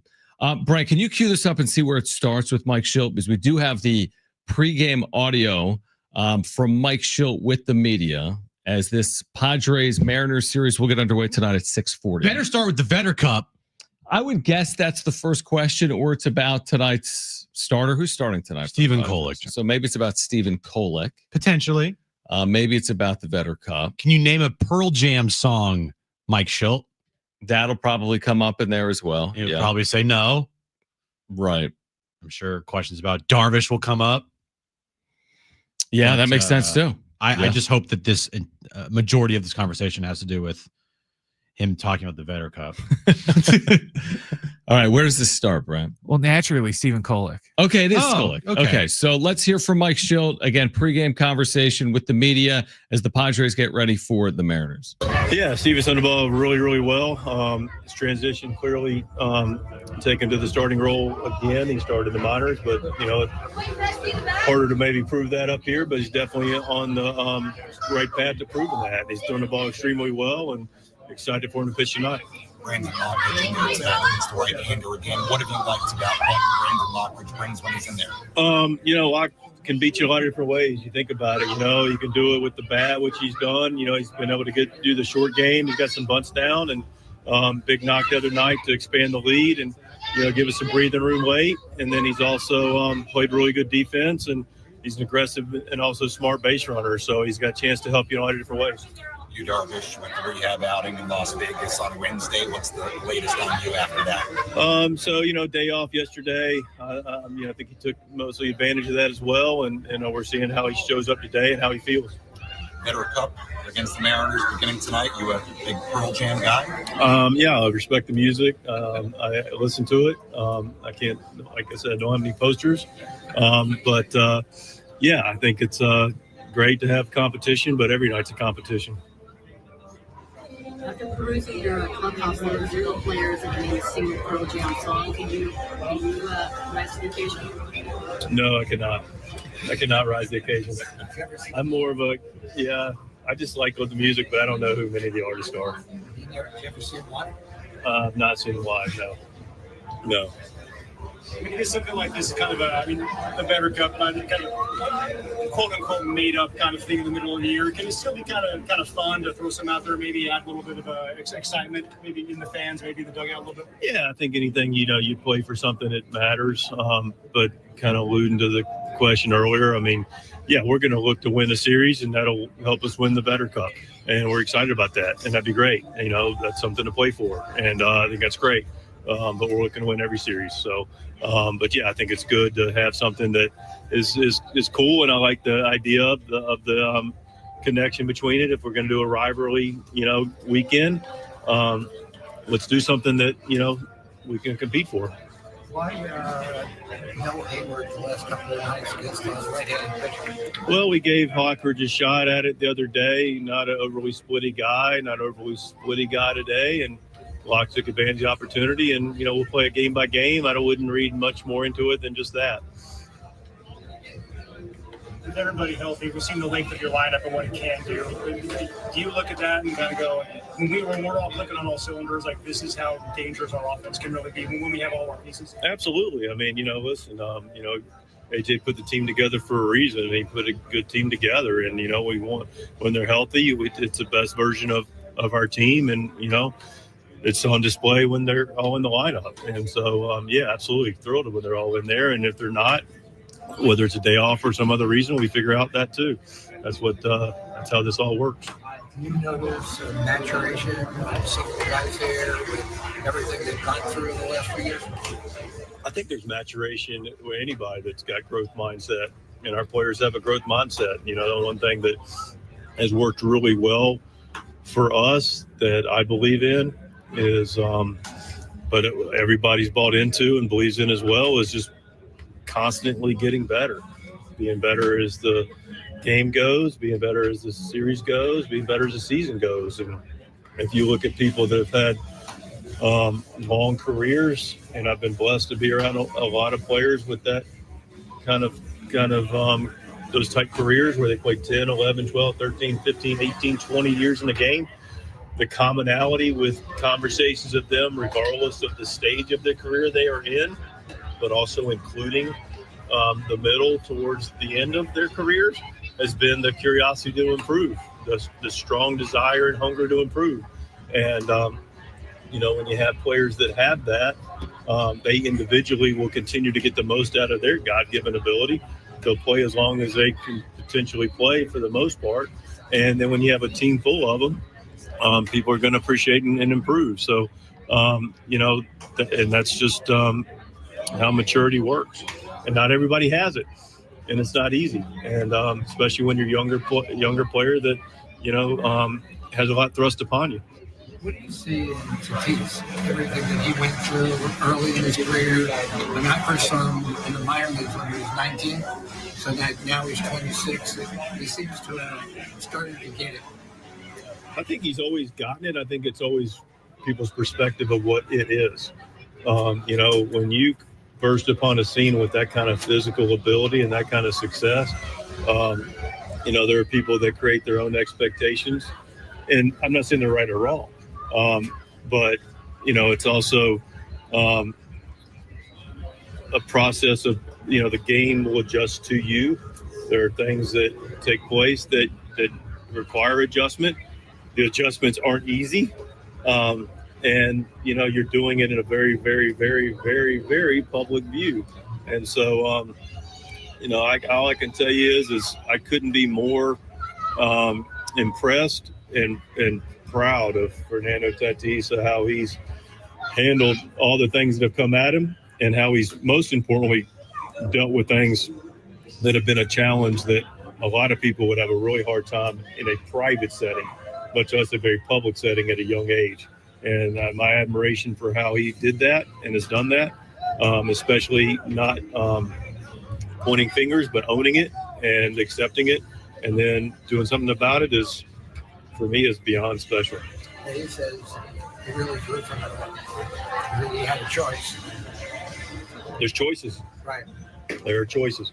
And, he made it. He continues to make good ones.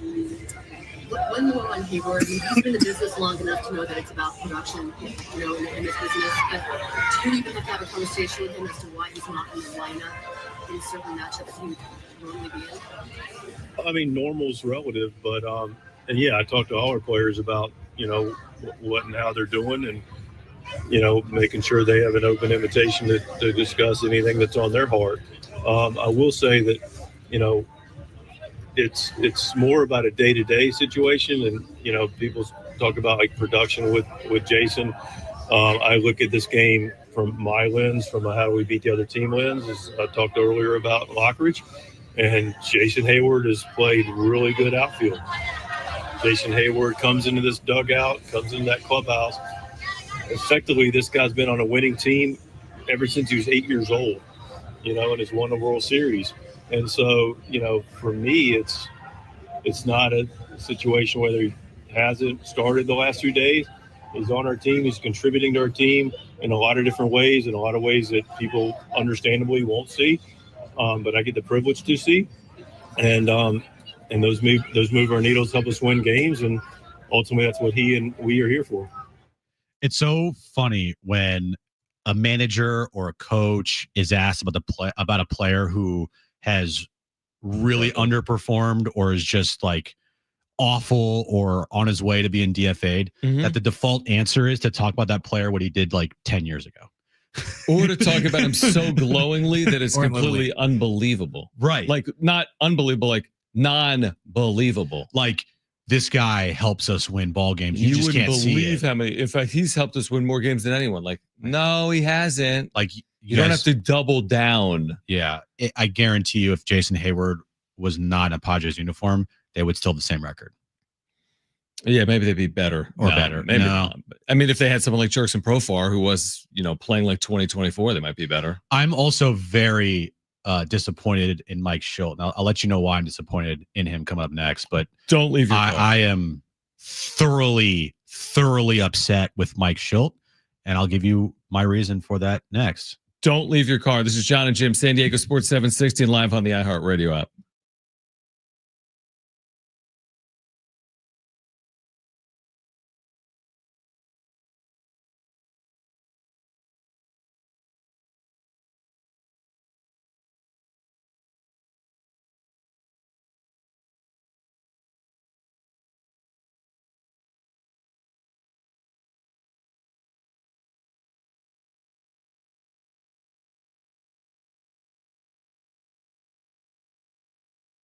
All right, so maxed out on credit cards or struggling with high interest debt, you could pay it all off in days with Loan Pronto's Rapid Equity Loan.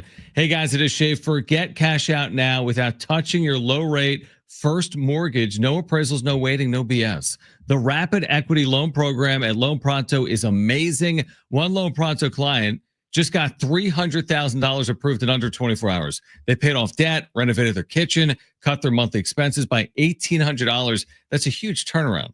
Loan Pronto, instant approvals, low rates, no hard credit pull up front. Listen, your home equity is yours. Use it. Get cash to consolidate your debt down to one easy, low monthly payment. Call Loan Pronto now for a free instant appraisal for your home and see how much cash you can get today. Call now to start the conversation. 619-207-4336 or loanpronto.com. 619-207-4336. Get debt relief now. Loanpronto.com. Equal housing lender, NMLS 1661781 on approved credit, NMLSconsumeraccess.org.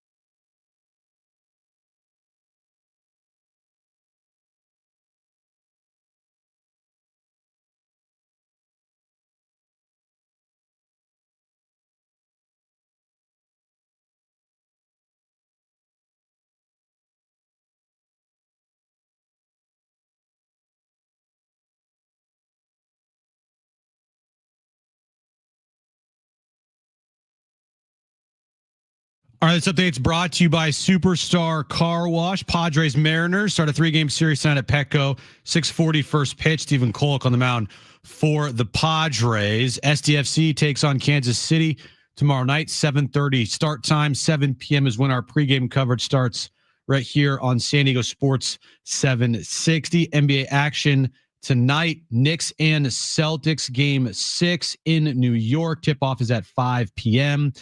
Knicks looking to advance the Eastern Conference Finals while the Celtics are trying to force a game 7. And Brock Purdy and the 49ers today agreed to a 5-year, $265 million contract, getting paid $53 million a year, making him the 7th highest paid QB in the league. If you know, you go at Superstar Car Wash. They're proud to have over 550,000 members be in the know and try what everyone loves today. Text CA to 27800 to get a free Super Protect car wash. Terms and conditions apply.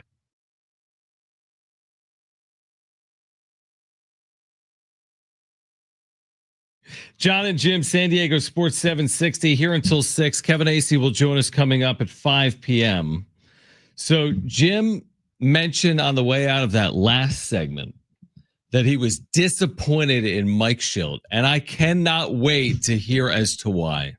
Oh man, I was looking forward to this all day. I was actually looking forward to this all week. Okay. Mike Shildt's thoughts on the Vetter Cup. And I was just very underwhelmed with his responses. Yeah, there was kind of dodged it. There was no excitement. Now he did mention like they're looking to go out and win the series, and that would help them win the Vetter Cup. But other than that, I'm thoroughly upset and disappointed in Mike Shildt's enthusiasm level coming into the Vetter Cup series. You know what? Actually, to Shildt's credit, because he's such like a just win a series, it's all that matters. The fact that he actually went along with the line of question for like the third or fourth, where he didn't like poo-poo it. He wasn't like it doesn't matter. He's like, well, we're going to try to win a series anyway. But yeah, to have something extra on the line, that's good too. He feels the same way we feel. He just can't say it. Right? Yeah. All the players feels the way we feel. He just can't say it. And then from that standpoint, then I actually really respect Mike Shildt a lot there. Right. Even though I'm thoroughly disappointed in the lack of enthusiasm or fake enthusiasm that he would have, I hope that he was going to portray. You're right. He does feel like us. It's the dumbest thing ever. It's the most contrived thing ever. And nobody cares. He just can't say it. Because how could you say that? When you're on the inside, you can't say something like that. Now, it doesn't mean he has to speak lonely on it. That's why he just kind of played it down the middle. I love his response of, I respect his music, but then can't name a single song. I'm a big fan. Yeah, I'm a big fan. I'm not really sure. Respect his music, but I don't know who he is. It's interesting because you weren't a Pearl Jam fan, correct? Growing up? Dude, I'm 36 now. I know. 36 too young? Yes. I'm not. Yeah. Weren't they huge in the 90s? Yeah, and I was like, what year was you were born? 89. Yeah, thank you. Yeah, so like Their first album came out when we were like 12 or 13. Gotcha. So okay, so if you're in your 40s like I am, they'd be a big deal. Yes. They were a huge deal. Oh yeah, for us. Yeah, when we were in huge like deal. middle school and high school, they're huge. Yeah, just now not so much. Not my thing. Okay. That's fine. Not my type I of would think music. it actually might have been Mike Shildt's thing, truthfully, with his age. Like I could see him actually being a fan. I don't envision anybody in either clubhouses being a huge fan, even knowing who Eddie Vedder is.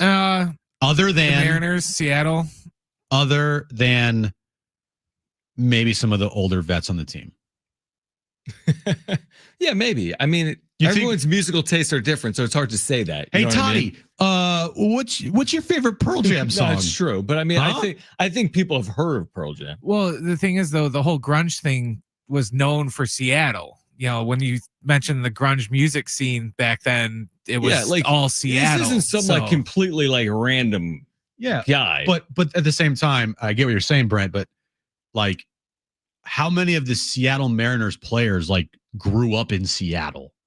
Or are they just, on the Mariners? Yeah, no, but I assume it's probably a lot like, down here, you could walk down the street and see like a Padres mural. I kind of feel like in Seattle, they probably have Soundgarden, murals and Kurt Cobain murals and stuff everywhere to where, they might not know who Kurt Cobain is, but they're going to at one point be like, hey, who's this dude that has all these murals all over the city? I think two things can be true. Like, I never thought Eddie Vedder was niche, but maybe that's just because of my age. Look, even before the Vetter Cup series was like announced, I know like of Pearl Jam. I'm not stupid. I know Pearl Jam. So the players would be the same way, right? Maybe. I mean, if you're not, you know what I mean? Like, yeah, I don't think it's so niche that they wouldn't know who he is. Yeah, I know Pearl Jam. I know Eddie Vedder. Yeah, I mean, if you play me their songs, I'd be like, okay, yeah. Oh, 100%. Yeah. Yeah. So it's not something that I like grew up listening to or listened to like on my own time. Yeah. Well, it wasn't necessarily done for that reason. I know either. And I don't like the way it was. They could have called this the Beatles series, and I'd probably feel the exact same. It could be the biggest act or the biggest name in music history, and I still would be like, well, that's a little bit out of left field for the Mariners and the Padres. Yeah, but instead, when you find out how the name of this series On came social media, because of Corey Brock and I think it was Dan Hayes or Dan Haynes. He was on Marty's YouTube show either today or yesterday. Let me pull this up here. Because back in the 2010s ish, Dan Hayes of The Athletic, him and Corey Brock, I think maybe someone else on the beat for the Padres at the time, when the Padres started playing the Mariners in interleague play, it was the joke of it's the Vetter Cup because he lived in both areas. Yeah, exactly. No, that is interesting to have something like that from 15 years ago come to fruition. And what happened in recent years is fans would joke about it. Obviously, well beyond that, there'd be the social media conversation. We heard about it. You know, it's funny though, because like if you were to like make fun of a person and they don't realize you're making fun of them, but you're laughing at them in their expense, and they don't realize it. I feel like this is how this series is. Everybody's laughing at the name of this series, and everyone's laughing at the fact that this is the Vetter Cup.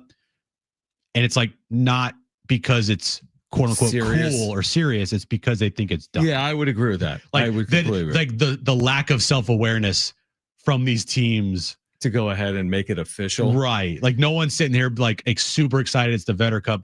They think it's a joke. They think it's like some cute little niche thing. I think almost the teams maybe do as well.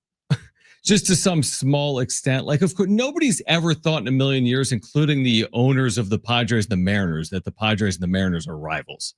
Like, they've never, like, make no mistake, nobody's ever said Mariners Padres is a relevant baseball series. There's no way anyone in those front offices is like, man, now that we can make it official, this is going to be Cubs Cardinals 2.0.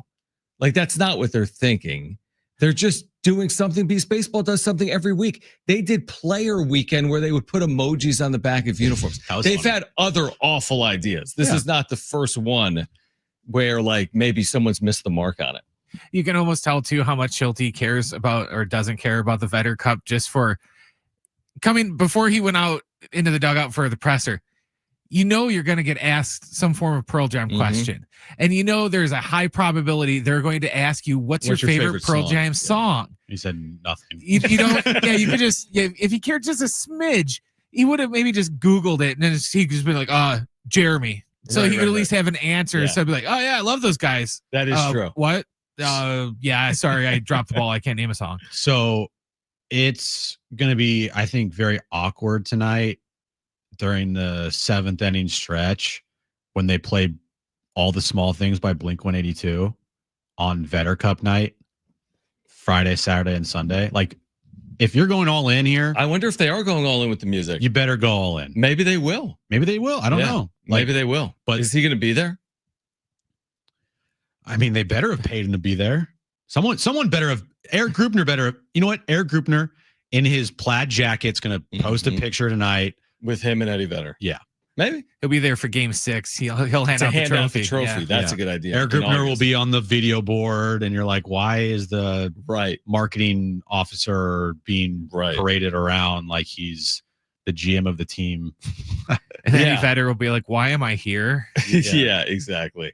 All right, on the other side, let's give away a pair of tickets to see, well, not Pearl Jam, but Simple Minds with Soft Cell and Modern English next Saturday at the North Island Credit Union Amphitheater. We'll give those away on the other side. Plus, there's one NFL team that is currently favored in Vegas in all 17 of their regular season games. Which team is that? And Kevin Acee will join us at 5 p.m. It's Jon and Jim, San Diego Sports 760, live on the iHeartRadio app.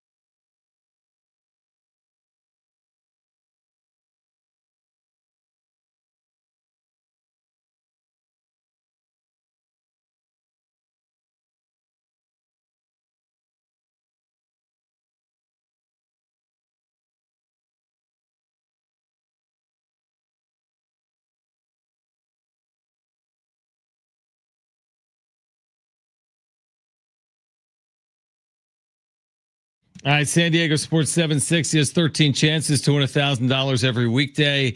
It's the Bonus Bucks giveaway. That's every hour, 6 a.m. through 6 p.m. Listen for the keyword, then enter it at sportssd.com. Kevin Acee will join us at 5 p.m. We'll give away these tickets to see Simple Minds coming up in about 5 minutes. It's next Saturday, North Island Credit Union Amphitheater. Maybe you know the answer to this, or maybe you don't.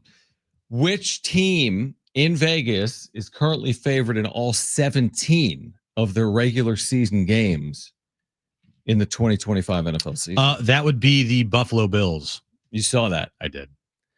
That to me was like, oh, really? You're like favored in, but I guess some of that makes sense. I'd have to see, obviously, their full schedule. Don't they play Kansas City again? That was the game that Cynthia was most looking forward to. But they've been really good against the Chiefs in regular seasons. Yeah.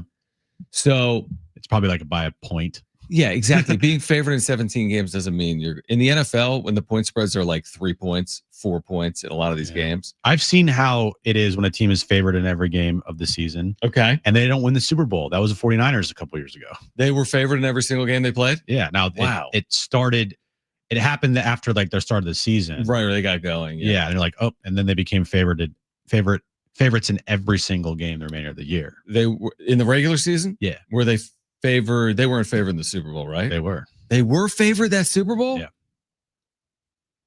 What happened? Wait, was it the first Super Bowl or the second Super Bowl? It was the second. Wow. It was 2 years ago. I didn't even realize that. Honestly, I did not realize they were favored to beat the Chiefs. 1.5. By 1.5. Who was favored last year in Chiefs Eagles? Chiefs. By like 1.5? Yeah. Because oddsmaker said, we're not doing that again. Yeah, exactly. Exactly. And that's exactly right. So anyway, Buffalo favored in all 17 games. Do I think they're going 17-0? No, I don't. No. Do I think that a team other than Kansas City breaks through in the AFC? Question mark? Exclamation point? Maybe. I mean, at some point, right? I mean, they can't go to every Super Bowl. Can they? They could. Right. They've been to every single AFC title game since Patrick Mahomes has been a starting quarterback. That's bonkers. Bonkers. Yeah. So I guess they kind of could, and they're going to have to go through some type of transformation as a team once Travis Kelce leaves Right. and Chris Jones leaves. And they've already done it because they traded Tyreek Hill and they still won a Super Bowl, because they drafted and developed so well. And oh, by the way, you have the best quarterback in the league. Right. And even though like Mahomes in the regular season last year, like the numbers from a sheer stats perspective. Oh, yeah. He was pedestrian. It was closer to an average quarterback in the regular season than a Pro Bowl quarterback. But then again, you always know that it's Patrick Mahomes at the end of the day, and you think he's fully capable of pulling rabbits out of his hat. Well, so funny, but I just looked up Patrick Mahomes stats and I got the Baseball Reference and his dad playing baseball. Really? Yeah. That's funny.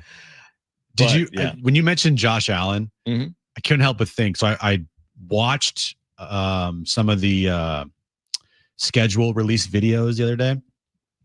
All 32, you mean? No, not all 32. just like 3. Okay. I watched the Chargers. Yeah. Because their social media team, even though the Chargers franchise is a joke, their social media team is really good. Mm-hmm. And they did the Minecraft thing. And, and it was just like average, whatever. But the end credits, they had like an end credits for Minecraft. Mm-hmm. It was incredible. What was funny about it? What was good about it? They had Ian Rappaport and Jordan Schultz fighting in a Starbucks. Oh, yeah. That's good. Okay, yeah. They had this is a deep cut because you mentioned Josh Allen. So Josh Allen's now fiance Haley Steinfeld, I think that's Haley Steinfeld. Haley Steinfeld was in this new movie called Sinners. I haven't seen it yet. I heard it's really good. Michael B. Jordan, Ryan Coogler, he's the director of it.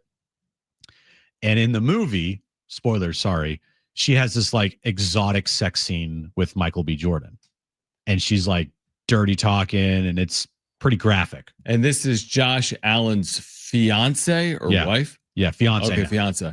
And Sauce Gardner on social media put out a tweet to the effects of, man, I would not want to be Josh Allen right now after watching Sinners. Right. And so one of the deep cuts the Chargers did was they had Josh Allen as a Minecraft character walking out of the movie theater and Sauce Gardner outside the movie theater like pointing at Josh Allen. That's amazing. So they went deep. Oh, deep cut. How about this, to the point where obviously the Colts got in trouble with what they put in their video with Tyreek Hill. Tyreek Hill getting arrested. Yeah.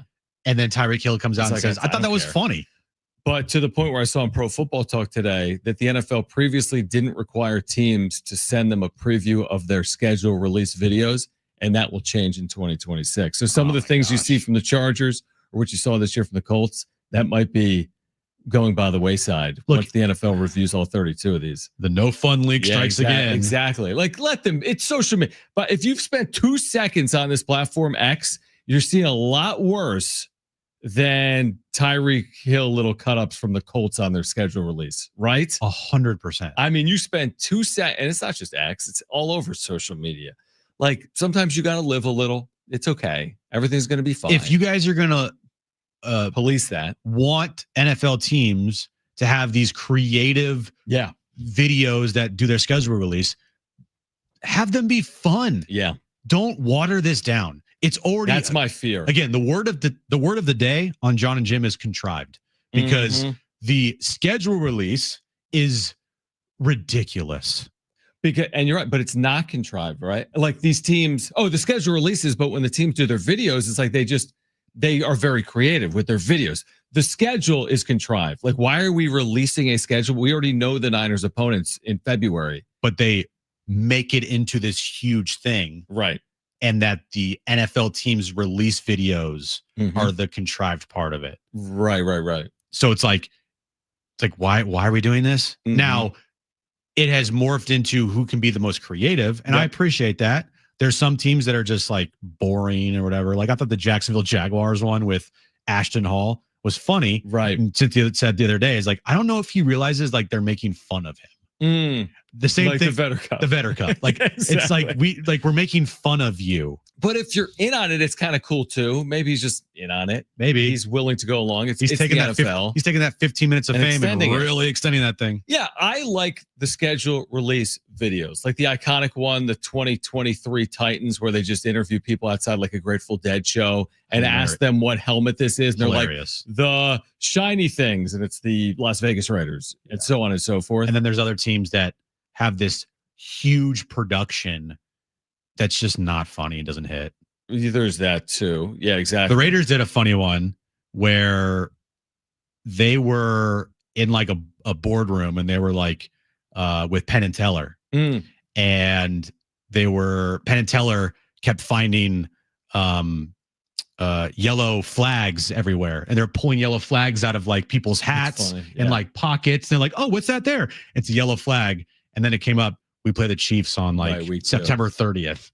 That's creative. Yeah. Because the flags and the refs and everything. So that's creative. But again, I feel like it's the biggest project of a social media team in the offseason, from the day the season ends until the day of the schedule release. I feel like that's what they work on.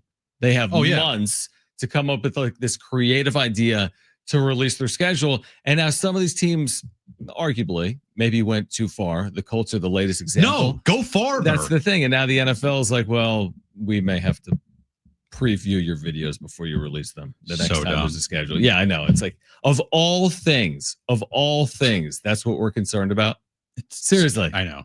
It's ridiculous. Well, it's just funny too, because, they'll get mad because, you put a player in there getting arrested. It's like, oh, you mean that same player that when he got arrested, you guys didn't even suspend him for the, what he did? It's like, but don't put him in the video. You guys aren't going to punish him, but we shouldn't put it in the video. Exactly. All right, Kevin Acee will join us on the other side. Call right now, though, if you want a pair of tickets to see Simple Minds with Soft Cell and Modern English.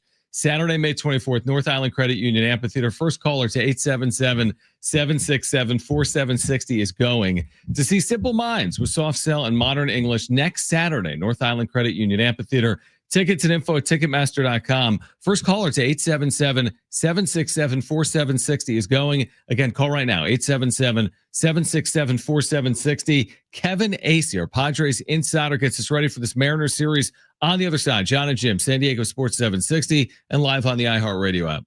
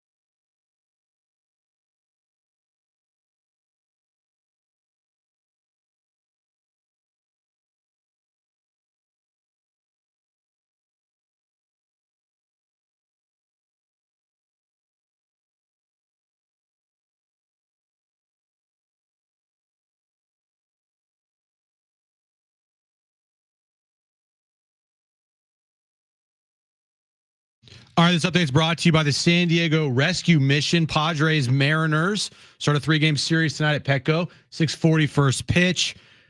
Stephen Kolek on the mound for the Padres tonight. We are moments away from tip-off in New York. Game 6, Knicks and Celtics. Knicks looking to advance to the Eastern Conference Finals, while the Celtics are looking to force a Game 7. Breaking news in the NFL today: Brock Purdy and the Niners agreed to a 5-year, $265 million contract, $53 million per year, making him the 7th highest paid QB in the league.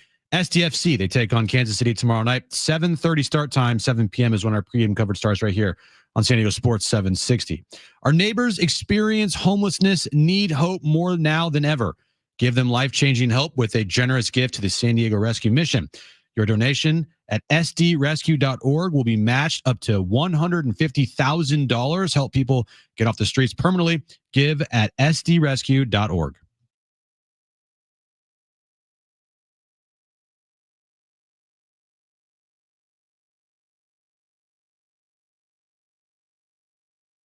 All right, final hour, Jon and Jim with you until 6 p.m. Always great to connect with our Padres insider, Kevin Acee, as the Padres and Mariners get set to score off tonight at Petco at 6:40. Kevin, we appreciate it. I wanted to start with something that I feel like you've said here a number of times over the last few weeks or months about Michael King or Dylan Cease. I don't know if you saw the reporting from Jon Heyman. And I don't know if it's anything really new to report, but he wrote that the Padres will try to bring back either Dylan Cease or Michael King. And then he went on to say with King being the primary target. You've talked about that before as well. Is there anything new as it relates to any extension talks with either of those pitchers? And thanks again for joining. As confident as I can be in that it has been a week since I checked in last on this topic. Mm-hmm. There has been no conversations between the sides in either case. But that's pretty typical for the Padres. Like, first off, the Padres are just in New York, so get where Jon Heyman, checked in, right? Right. Yeah. And they don't necessarily they have time. Now, they would be well advised with both to try and get it done before the end of the season, but they have time. And so I'm not surprised to some extent. I thought with King, because I really do believe King, and I have reported that before, is the more likely. But it doesn't surprise me. It's just kind of the way, the flow of how AJ does these things. That said, once he gets started on something, it could be like 2 days later. Yeah. And I'm exaggerating slightly, right. But once he decides he wants to get it done, and him and Josh Stein sit down and come up with some creative plan or whatever, it could get done quickly. But I am. A lot of times I'll be like, gosh, I'm going to hem and haw here because, things could have happened in the last week since I talked to someone, or maybe I haven't talked to someone in a month about it, right? Mm-hmm. But this is on my radar, has been for a while, and I check in every once in a while, and there have been no talks. And you mentioned maybe their preference. Would you say, just by who you've talked to and your own opinion, that their preference would be to re-sign Michael King over Dylan Cease? That's what I call educated speculation, because I try to always say when I'm just putting out my opinion, because my job is just different than, yours or whatever. In terms of, I feel like I owe it to you guys and fans to give facts. And so, but this would be educated speculation where no one said to me flat out, we're going to go after Michael King hard and, Dylan Cease, maybe, or whatever. But based on how they talk, based on how they talk about the consistency and how they feel about Michael King. Does not mean it's bad about Dylan Cease, but the consistency, the mileage on the arm, the repertoire. It is my belief based on those conversations that that Michael King is the more likely for them to try for. And I would say more likely to sign because, I'm not saying it's impossible, but Dylan Cease is, been waiting to be a free agent a long time. Dylan Cease's agent is Scott Boras. That's not to say, look, Michael King is the coolest, most down-to-earth guy that you could see just taking a contract for a place he wants to be. There's two things I want to point out. He's an East Coast guy, and Michael King believes in himself big time. Michael King believes he deserves to be paid like Dylan Cease. Yeah, he does, based on his body of work these last 2 seasons. Good perspective. Kevin Acee, our Padres insider, with us right now. Jon and Jim. What's your best, and it probably is a guess, unless Mike Schild has said more on it. You Darvish's next start, would your best guess be it's in the major leagues, or would there be another minor league rehab start in store for him? So here's some more educated speculation. This one's a little more dangerous because this is so much up to you, Darvish, right? And I have not been able to get an update today. But educated speculation is that we're talking about Toronto because they don't. Well, why would you waste bullets on a guy? I think we talked about that. And I have run that past a few people and they're like, yeah, okay, yeah. Like not telling me I'm wrong. And so I am speculating here based on conversations that like if he's ready, he's ready. And look at the unorthodox way to some extent. This is how they do it more often, though, where he builds up before he even makes that rehab start. I mean, 5 innings or 4 innings, and what was it, 61 pitches or 56 pitches or something like whatever it was. Like that was a good outing, man. And so it's kind of like the only reason it wouldn't happen, from what I understand, and is if you just doesn't feel like he's ready to do that and be Yu Darvish in the major leagues right now. But it makes all the sense in the world based on 38, wasting bullets, and the fact that they basically need it, right? Slot him in after Dylan Cease so that Dylan Cease doesn't have to go a week between starts or more, maybe even with the day off, the 2 days off. And then that helps them because they start the 9 in a row then. So I think it really makes sense if Yu's ready.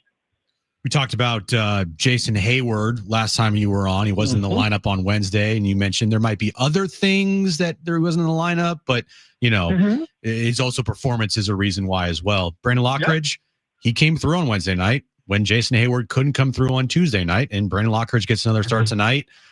Is this just a right in the hot hand type of situation until further notice, or what's going to happen here in the near future? This kid tonight, was his name Logan Evans? Severely reverse splits the starter for the Mariners. Okay. Severely.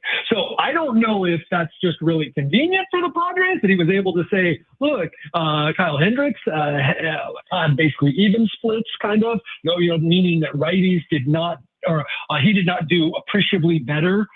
He did about the same versus righties and lefties. This kid tonight does far better against lefties than righties, both average, slug in particular.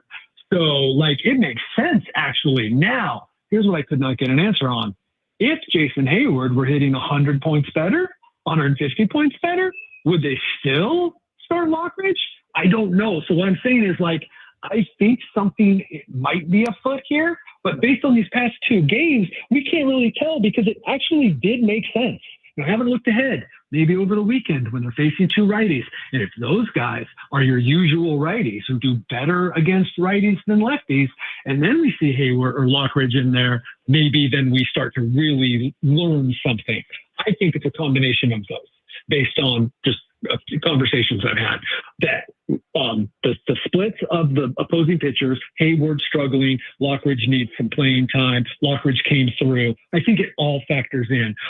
I have been pounding the drum for a while and said, Jason Hayward's value is more than what he does on the field. He has to at least be serviceable on the field, or at the plate, and he is not right now. That can't continue, and him continue to be employed.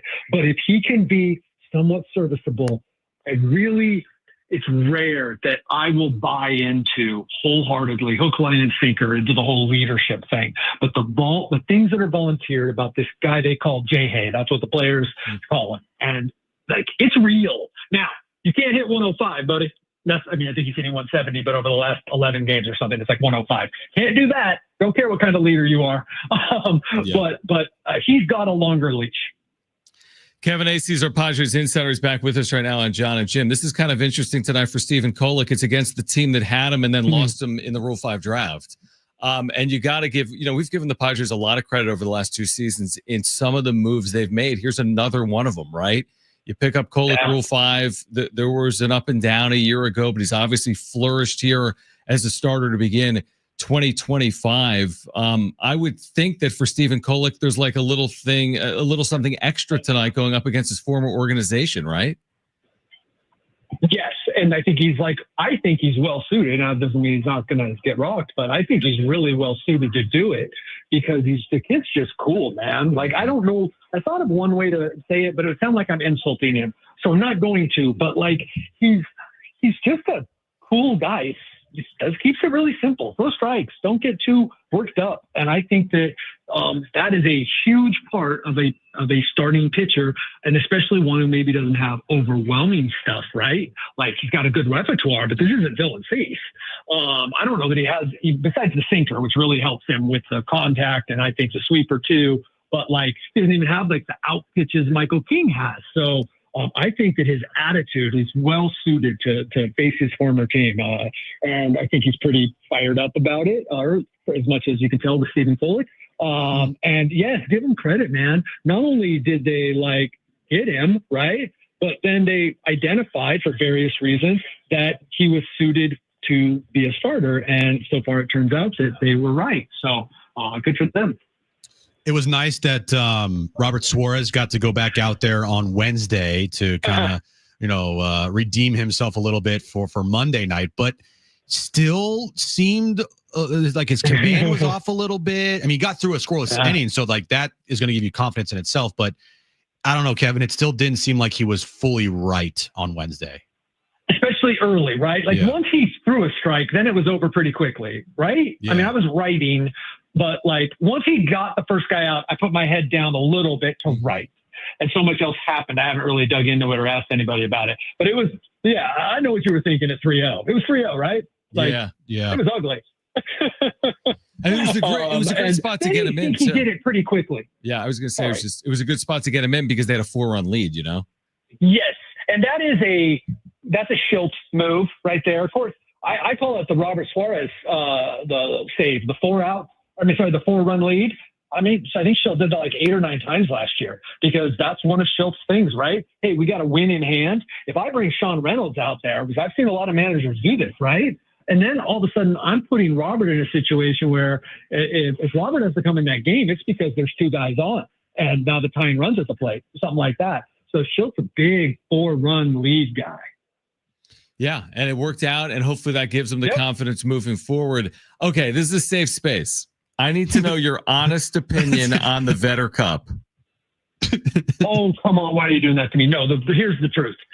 I think it's really cool that something that started among fans became recognized. I do. I think it's really cool. I do. It's really also like the dumbest thing, like for a lot of reasons, right? I mean, players could care less. I don't see, now here's the thing. I don't think the fans do either, except for the ones who kind of made it a thing, right? And they made it a thing, and it was almost like grassroots, and that made it kind of cooler. But anyway, I don't know what you guys think. I was so happy. I got to say, John, I thought you were going to refer to it jokingly, right? Like I thought you were going to facetiously refer to it in the intro when you were like, nice, and the Padres. Yeah. I thought you were, and I was so happy you didn't. But that probably gives away how I feel. That probably does. But I think it's cool that there was this, I forget what's his name. Who was the guy on Twitter? I don't think he's on Twitter anymore. But he kind of created it, and then like Twitter took off with it, and now the Padres. Now look, Vetter's an avowed, like hardcore Cubs fan. Kind of diminishes it a little bit, right? But like, I think it's kind of cool. What do you guys think? I mean, we agree with this. It's so hard to. Here's my honest question, Kevin, and I think we're the same then. No, but I honestly, maybe it's going to be you post game. I need someone to ask. I need someone to ask. Be like, no chance. Okay, not about this, but I need you to ask. Like, hey, when you had that 9-run lead, were you thinking about adding on because run differential's a factor in this thing? That's such a good one. Oh my gosh. Okay, I will look at. I wish Schultz had a better sense of humor. I know. I'm sorry that he was in the headspace after games. Something I want fans to remember as they're watching Schultz post game. The guy's like an NFL coach. Man, I honestly don't know how he humanly does it.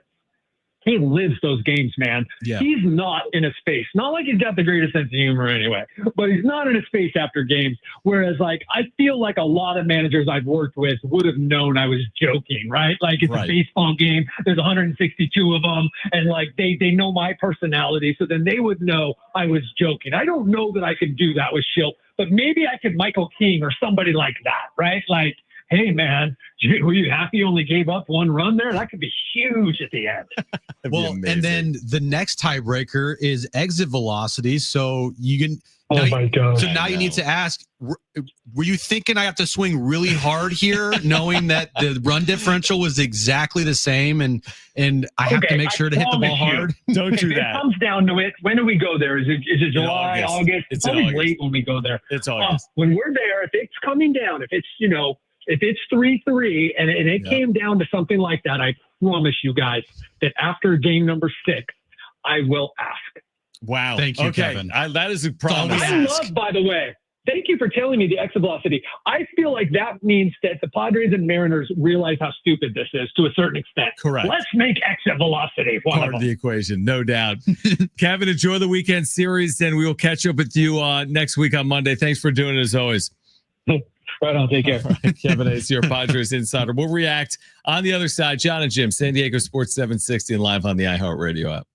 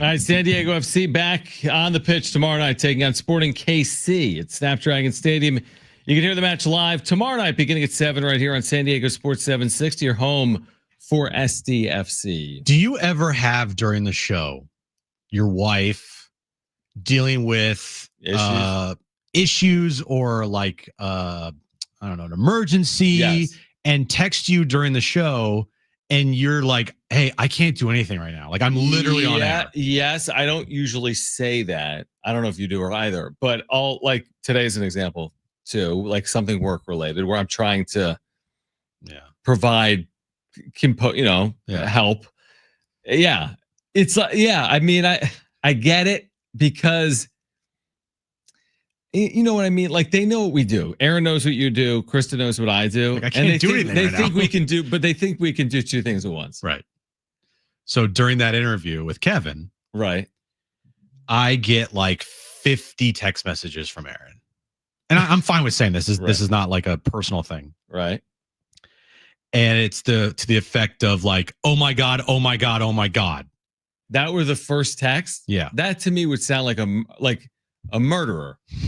You know, like you have to have perspective. I'm like, what's happening? Going on? Right. So the first one, she goes, OMFG, we are under attack of crows. Oh, okay. That's better than saying like, oh my God. Like, because then you don't know what's going on. Well, the first couple texts were, oh my God, oh my God, oh my God. Okay. And I go, what's happening? Mm-hmm. And I go, what? She's like, I'm shaking. I'm like, what are you talking about? We're under attack by crows? Huh? Right. Crows aren't like tigers. No, but still, I'm like, historically. Did you let her know that a group of crows is called a murder? Is it really? Yes. Really? I did not know that. Thanks for that, Brian. Wow. I'll let her know. She'll freak out One of even my more. favorite Simpsons episodes. So Bentley was outside our dog. And long story short, there was an injured crow in our front yard. And Bentley like went up to it and was like, what is this? But because there was an injured crow, an entire flock of crows thought Bentley was attacking it. Oh. And so in our front yard, and I have it on my Ring camera. Like I literally just watched this play out on my Ring camera. Aaron's screaming. Bentley's like frozen. He's not moving. These crows are like coming down in our front yard and like kind of swooping at Bentley. And Bentley's just like standing there like freaking out. And Aaron's like slamming the door, like on the verge of crying, yelling at Bentley to come inside. All in a day's work while we're on the radio. And I'm like, playing out. I'm like, what? As we're talking to Kevin about the Vetter Cup, a murderer of crows is attacking my dog and my wife. Well, what happened? Is everything fine? So, one of our neighbors came over in the yard because there's no chance in hell that Aaron would have gone out there to pick up the injured crow to like get it out of our yard. Right. The neighbor came over and I saw this on our Ring camera. Moved the crow. Took the crow like in her jacket and like removed it from our yard and like brought it out to like the street or like the side alley. Or and whatever. Bentley's fine. Bentley's barking his head off, but he's. But fine. I mean, he wasn't like attacked by these murdering crows. Not that I saw, but physically. If I show you the video, like like in the video, Bentley's in our front yard, and it's not a big front yard. He's like standing there. He's like frozen, and I see this other crow that's injured, like kind of walking around the yard, and then I see all the crows like swooping in like towards Bentley. So Bentley was like he was innocent, but they thought he was guilty. Yeah, it's like he was in the wrong place, wrong time. Yeah, he went outside to go to the bathroom. Yeah, and then like saw this injured crow. There's an injured crow in our front and yard. They're like, he did it. Yep. And they started freaking out. Wow. So that happened while we talked to Kevin about Michael King and Dylan Cease and whether the Padres prioritize one over the other in extension. Correct. And about the Vetter Cup. Correct. And about exit velocity. It's like we said about Tatis. We don't know what's going on behind the scenes when they're out there on the field. They're real people too. Tatis might have crows in his yard. He attacking his dog. He might have a murder of crows attacking his animal. Is his yard nicer than yours? Yeah. Yeah. Does his dog eat better food? Maybe not because Aaron loves Bentley, but yeah, right. Not. But his dog probably has like a series of dog walkers that like protect this dog. Yeah. Would be my guess. Yeah, Tatis's dog's collar is probably more than like my life, like combined by whatever. I don't know. Nick's trying to close it out tonight. at MSG against the Celtics and leading midway through the first quarter 11-5. So the Knicks an early lead over the Celtics, a game that could send the Knicks to the Eastern Conference Finals for the first time in a quarter century, where they would take on the Pacers if they do win. So obviously massive game in the East in game 6, and then we'll have a game 7 coming up. We haven't even touched on this today. We'll have a game 7 coming up in the Western Conference between the Nuggets and the Thunder, and that's going to be Sunday between the Nuggets and the Thunder, with the winner going to the Western Conference Finals. I would think the Thunder are in decent position coming back home, but the Nuggets have already won at OKC this series, and it is a 7th game, so anything is possible. But I would guess the Knicks find a way tonight. I would guess the Thunder find a way on Sunday. Is that game underway right now? Yeah, I just said 11-5 Knicks over the Celtics. Sorry, again, not listening. Crow talk, I know. Crow talk. Murdering crows. Exactly. Attacking my wife and my dog. Right. I think that game 7 will be chalk. I think the Thunder are going to win that game. And I think the Thunder and I think the Timberwolves, I said that they were frauds because they could barely beat the Warriors, but towards the end of that series, you're kind of seeing like, okay, maybe they're actually really good. And they have the benefit of having the most rest in the postseason of any of these teams, by the way, except for Indiana. So like, yeah, I think Minnesota is going to have a real good chance against the Thunder, I think. Yeah, I would agree with that. I'm looking forward to these conference finals once we have them set. I think there's a chance for some really good finals. And again, the intrigue of Knicks Pacers is pretty good. And if we get Thunder T-Wolves, I think that's pretty good too. All right, we're getting you ready for Padres and Mariners tonight. Also, Jim's back page is ahead. Don't go anywhere. Jon and Jim, San Diego Sports 760 and live on the iHeartRadio app. Homer, I'm very uncomfortable having a gang of crows in our bedroom. It's a murder, honey. A group of crows is called a murder.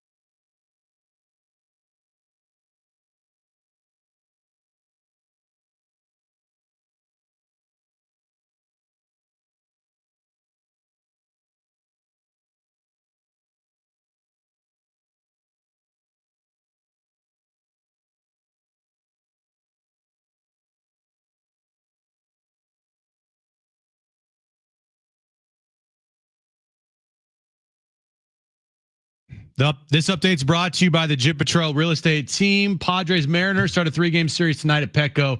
6:40 first pitch. Stephen Kolk on the mound for the Padres. Game 6 between the Knicks and the Celtics underway right now in New York. So the Knicks are up 13-10 over the Celtics with 4:30 left in the first quarter. Of course, Boston's trying to force a Game 7. Knicks are trying to move on to the Eastern Conference Finals. SDFC, they take on Kansas City tomorrow night at Snapdragon Stadium. 7:30 kickoff. 7 p.m. is when our pregame coverage starts. And Brock Purdy and the Niners agreed to a 5-year, $265 million contract today, getting paid $53 million a year, the 7th highest AAV among QBs in the league. Would you like to know what your home would sell for today? Get a simple text message with your home's value by texting your address to 855-600-6000. You'll get no phone call, just a text. Jim Patrell's the buyer. Simply text your address to 855-600-6000. All right, Padres coming up in an hour. We just had Kevin Acee on the show. If you missed it, you can find it at sportssd.com or on the iHeartRadio app. Some of the conversation centered on Michael King and Dylan Cease. He said basically no new news. Remember, it was Jon Heyman that reported within the last 24 hours that the Padres have interest in extending one of those pitchers, with potentially Michael King being their preference. Kevin has written on this. Kevin has talked on this.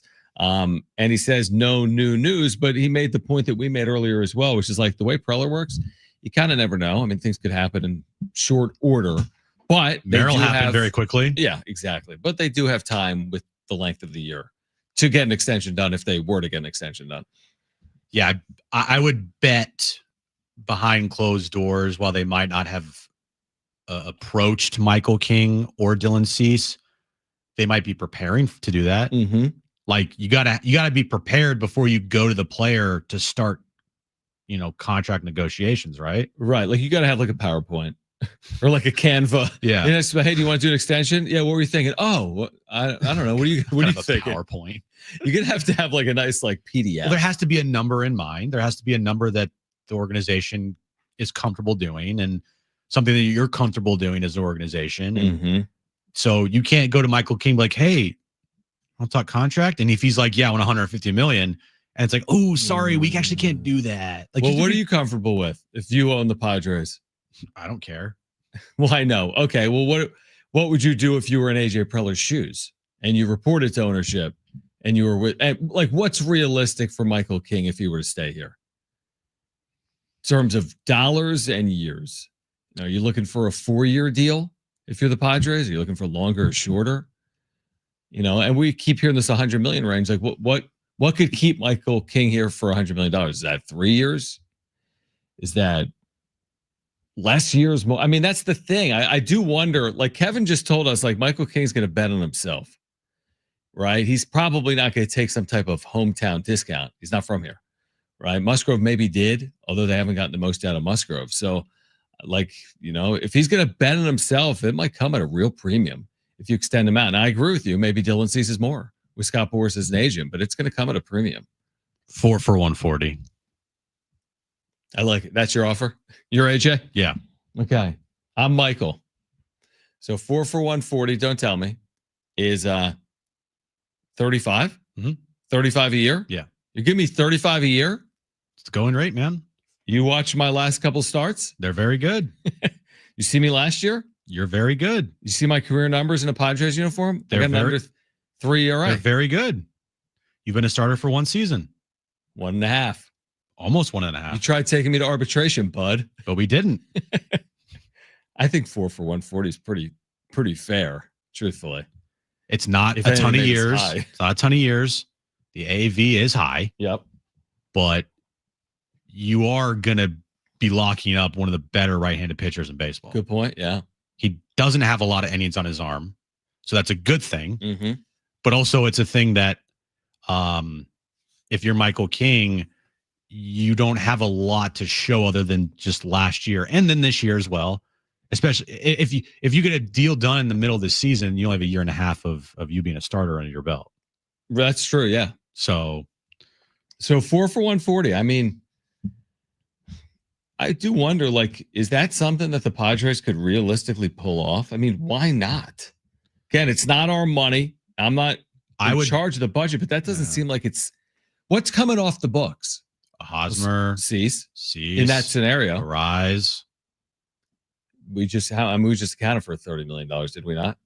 30 plus. So 12 or 16 for Hosmer, 12 for Arise, 12, 13 Cease, right? 12, 13 Cease. So right there, I mean, 12 times 3 is 36. Just rough math. I mean, we just made up $35 million right there with those 3 players. Yeah. So maybe they do have it, is the point. Maybe they do. may. They might. They may have now it. You're going to get, boosts from guys like Tatis and Manny, like those contracts. What they're making. Those AAVs, those are going up.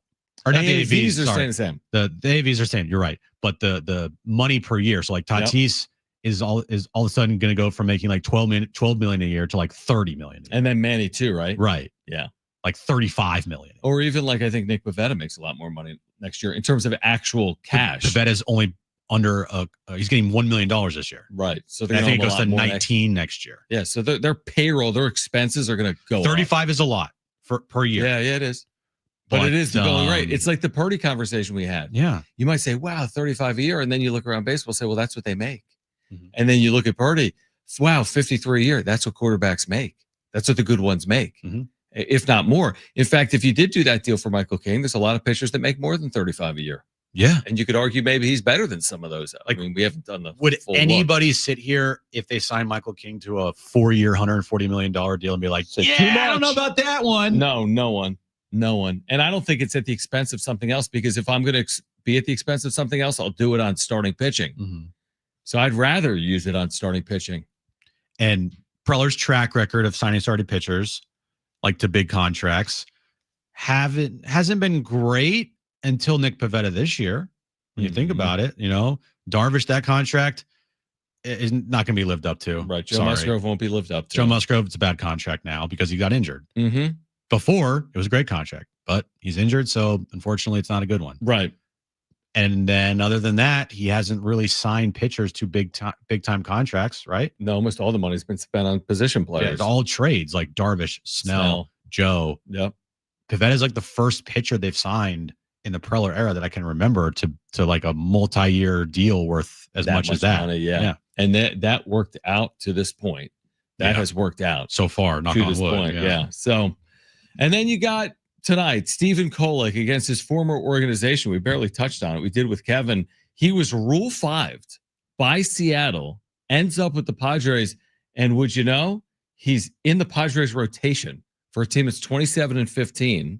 And he's been really good in 2 starts. We'll see if that continues tonight or not. But it follows a long line of moves that Preller has made, I would say, over the last 2 years. I'm not talking about 10 years, but over the last 2 years that have been really savvy. Now, they're flyers. Rule 5s is a flyer. There's not a lot of risk, but the reward has been pretty decent with Kolek. Last year, up and down as a reliever, he's stuck on the big league roster. And there was times he was awful last year. He had a 5 ERA. Yeah. So, but then they're like, hey, you know what? Let's convert him to a starter. We're like, oh, that's interesting. And not only are we going to convert him to a starter, like it's worked out in 2 starts. Again, it's a small sample, but it's encouraging. And usually Rule 5 guys, you just take it for a grain of salt. Yeah. Like who cares? Whatever. Right. But maybe Kolek does turn into something. Right. And first, through his first 2 starts, he's been fantastic. Mm-hmm. We'll see what happens tonight, but could not have asked for anything better from Stephen Kolek. He was a guy that I said that should be in the starting rotation from day one. You did say that. Yep, you did. I thought his spring training was really good. I think his stuff, like it's starter stuff, and it's good stuff that he has. Mm-hmm. Just got to lengthen him out more because he's never done this before, and he's never had this many pitches in a game until recently in Colorado, where, I mean, a shutout in Colorado. Like, are you kidding me? Yeah, I don't care what their lineup looks like. No. Pitching at elevation. I saw Nick Pivetta like the next day give up 6 runs. Yeah, so it's not, it's easy. Look at that, right? It's not easy to go 9 innings. No. In Denver. It's not easy to go 9 innings at all at any point in baseball. It really isn't, but it's even harder. And I know they're not good, but I mean, come on. They threw like 111 pitches. So pretty efficient for 9 innings. Mm-hmm. And the good thing is he's had the extra day of rest. Mm-hmm. So we'll see. But I love what I've seen from Kolek to start. Yeah, me too. Me too. And he'll be pitching tonight again against the Mariners. Game 1 of that 3-game series. I was just Googling best Rule 5 pickups ever.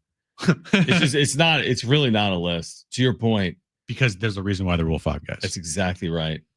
Josh Hamilton was Rule 5, but there was a circumstance in there, wasn't there? Like he did drugs. Yeah, that was the circumstance. Anthony Santander, by the way. Oh, he's good. Rule 5 as well. Okay, he's good. But there's some guys in there. All right, we're going to get to Jim's back page. On the other side, we are here until 6 p.m. Don't go anywhere. Jon and Jim, San Diego Sports 760 and live on the iHeartRadio app.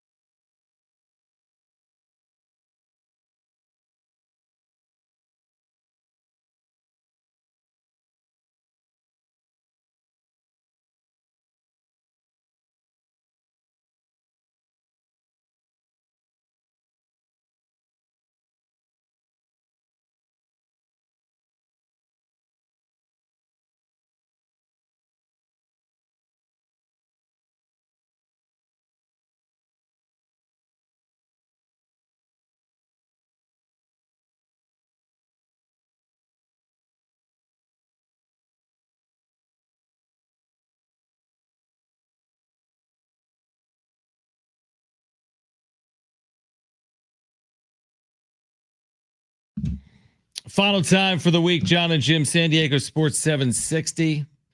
You just mentioned this to me off air. Denver Nuggets forward Aaron Gordon, left hamstring strain, status in doubt.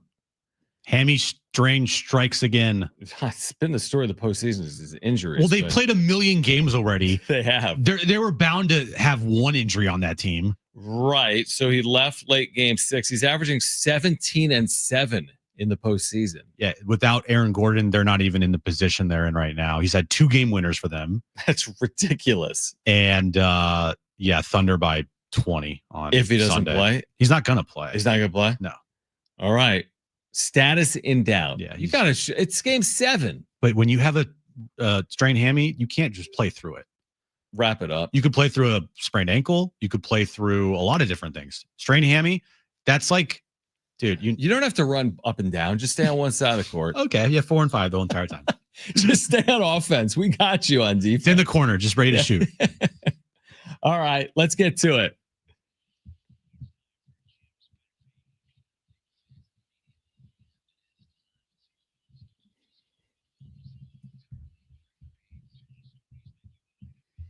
By the way, you without you knowing, you paid off your sushi bet today. Yeah, I got you a rainbow roll. You're welcome. I got myself a rainbow roll, and I said I would just take it out of your YouTube money later this month. That's fine. You better not have added on like miso soup. I didn't. I got one rainbow roll. I got nothing else. One rainbow roll. Yeah, I got the receipt in the car. You want to see it? I thought you were going to go over to where were you going to go for $400 entrees? Oh, I was going to go to Nobu at Hotel Del. They just opened up a Nobu there. Have we talked about the new hotel in your neck of the woods? Huh? The new property in Chula? No. You know what I'm talking about? The largest hotel ever built in the history of the West Coast that you drive by every single day on your way home. The Gaylord property in Chula on the waterfront. You don't know. You know what I'm talking about. No, right? I really don't. Just end the show. Okay. There's like 12 restaurants in it. It's the largest hotel like ever. It's opening this weekend. Oh, I haven't been there. Oh, I know what you're talking about. Wait, no. That thing, it's like I think you and me with Aaron one time, we went to like a Novo and you could like see across the water, the property. Okay, that's a hotel? Yes, you idiot. I don't know these things. This thing? Have you seen this? Oh, on like your drive home or anything? I have not. Yeah. Okay. Well, it's opening this weekend. I You think. can stay there this weekend. Prices they start at $533 a night this weekend. That's actually very reasonable. Yes. Said nobody ever. Gaylord Pacific invites guests to sprawling resort. Like I can't believe you guys don't know about I this. love how like things like are like, oh, this new thing here, this new thing here. And the average folk has no shot at ever going there. Yeah, but you like a nice restaurant. I can go to a restaurant there, sure. And there's like 12 restaurants in this thing. Okay. They're all like probably $500 steaks. Yeah, but that's what you like. Yeah, I think there's a sushi joint in here. For $500 sushis? I don't know sushis. I have no idea. Look at this thing, dude. Wow. You should go in this and bring Aaron over there and Bentley and the Crows.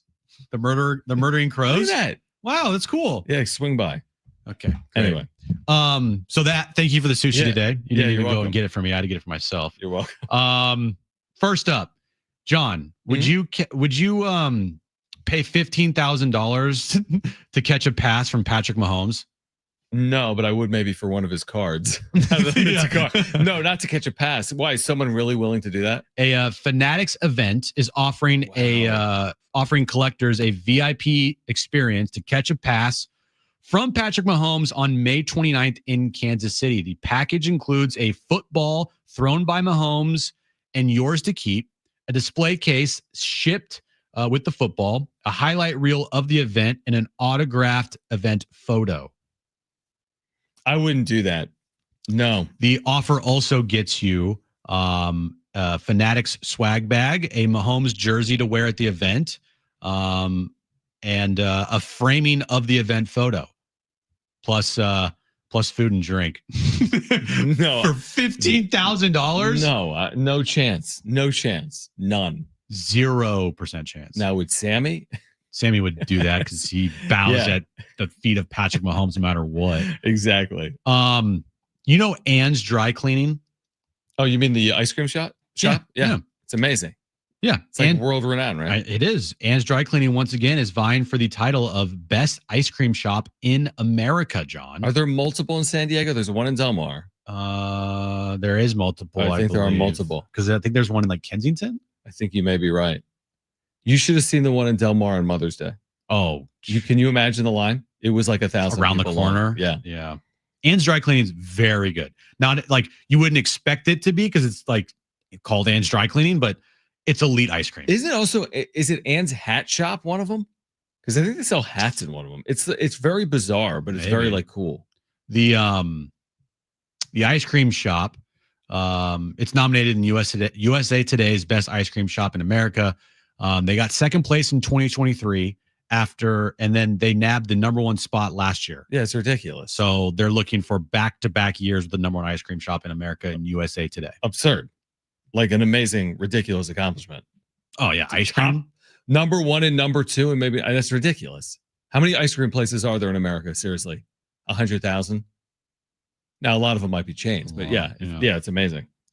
Did you see the beef on Twitter between TGI Fridays and Chili's? No, but that sounds amazing. It says America's casual restaurant chains aren't nearly as laid back about their fried cheese dishes. On Wednesday, TGI Fridays ignited a feud with Chili's after knocking the latter's mozzarella sticks on social media while implying their own is superior. They said, quote, somebody tell Chili's emoji. Sounds like a Chili's. Someone tell Chili's to stay in their lane. The social media team behind TGI Fridays wrote in a now deleted tweet, seen is in a screen grab on X. Y'all are not mozzarella stick people. We are. That's it. That's the tweet. Chili's on Thursday clapped back with a spicy remark, seemingly referencing the recent closure of dozens of TGI Friday restaurants. Wow. Saying, at us next time, the Chili's post began. Also, we honestly didn't know you were still open. Congrats. Oh, shots fired. Pew, pew, pew, pew, pew. Yeah, Fridays has seen better days, hasn't it? Chili's is elite. I have to say that right now. Are they? Chili's is. Didn't you go recently? For what Chili's is. Which is? Just like a restaurant. Yeah, it's like American chain. Casual dining. Whatever. Yeah. To me, Chili's is like. Is it over like an Applebee's? Yeah, I think so. I think so. I respect that. Their fajitas there. Love it. Chips and salsa. Love it. Remember I told this to Darnay and he's like, wait, hold on. A restaurant gives out complimentary chips and salsa? Yeah. I do no way, bro. Yeah. Fridays. Yeah. I don't know what to say. You know, I don't think there's only 4 left in California. Yeah. I can't tell you the last time I've been to a TGI Fridays. What? This is crazy. There's only 4 in this. Yeah. They've seen better days. I've been to Chili's a bunch. Yeah. Applebee's. Haven't been to Applebee's in a while, actually. But Chili's, I've over at on Sports Arena. Yeah, I know exactly. By Chick-fil-A, Mm-hmm. Many a times. Man, for me, all 3 of those, the same thing. Yeah, there's some similarities. There's a lot of similarities for sure. It's like that meme of like, okay, which one of these is it? It's the same picture. It's the same. I get it, but Applebee's, they don't have like the fajitas plate. Applebee's, that makes sense. Yeah, and they don't have the free chips and salsa. When I was a kid, was there anything better than the fajitas plate? Like you'd see people getting around you, the sizzling fajitas, was amazing. Tortillas. And like, how do they do it? It's awesome. Incredible. I love it. It's still pretty cool. It's still very good. Makes me want to eat meat. Eat meat, be a man. Yeah, I mean, come on. What are you gonna do? Not eat the fajitas that come out sizzling like that? Well, you aren't because you're. I know. You're vegan. Sucks. Fake vegan. I might have to be a vegetarian on 6 of the 7 days a week. If you did eat meat, though, you would hate your life because you would be sick. I know. You can't really get back in. I feel like I could slowly work my way. Your body would be like, what the hell is this? It wouldn't be good initially, but I think eventually I could. Although you I just really have to ease into it. Yeah, you got to ease in. You got to ease into it. So just eat a couple double doubles from In-N-Out. You're good. No. All right. We're back on Monday at 2 p.m. right here on San Diego Sports 760. You can join us tonight following Padres Mariners Game 1 on YouTube for a wrap-up show. If you missed anything today, sportssd.com, iHeartRadio app, iTunes, TuneIn Radio, or Spotify. And if you're listening to us on a podcast, please leave a review as well. Back Monday at 2 for Brent and Jim. I'm John. Keep it here at San Diego Sports 760. Okay. Bye-bye.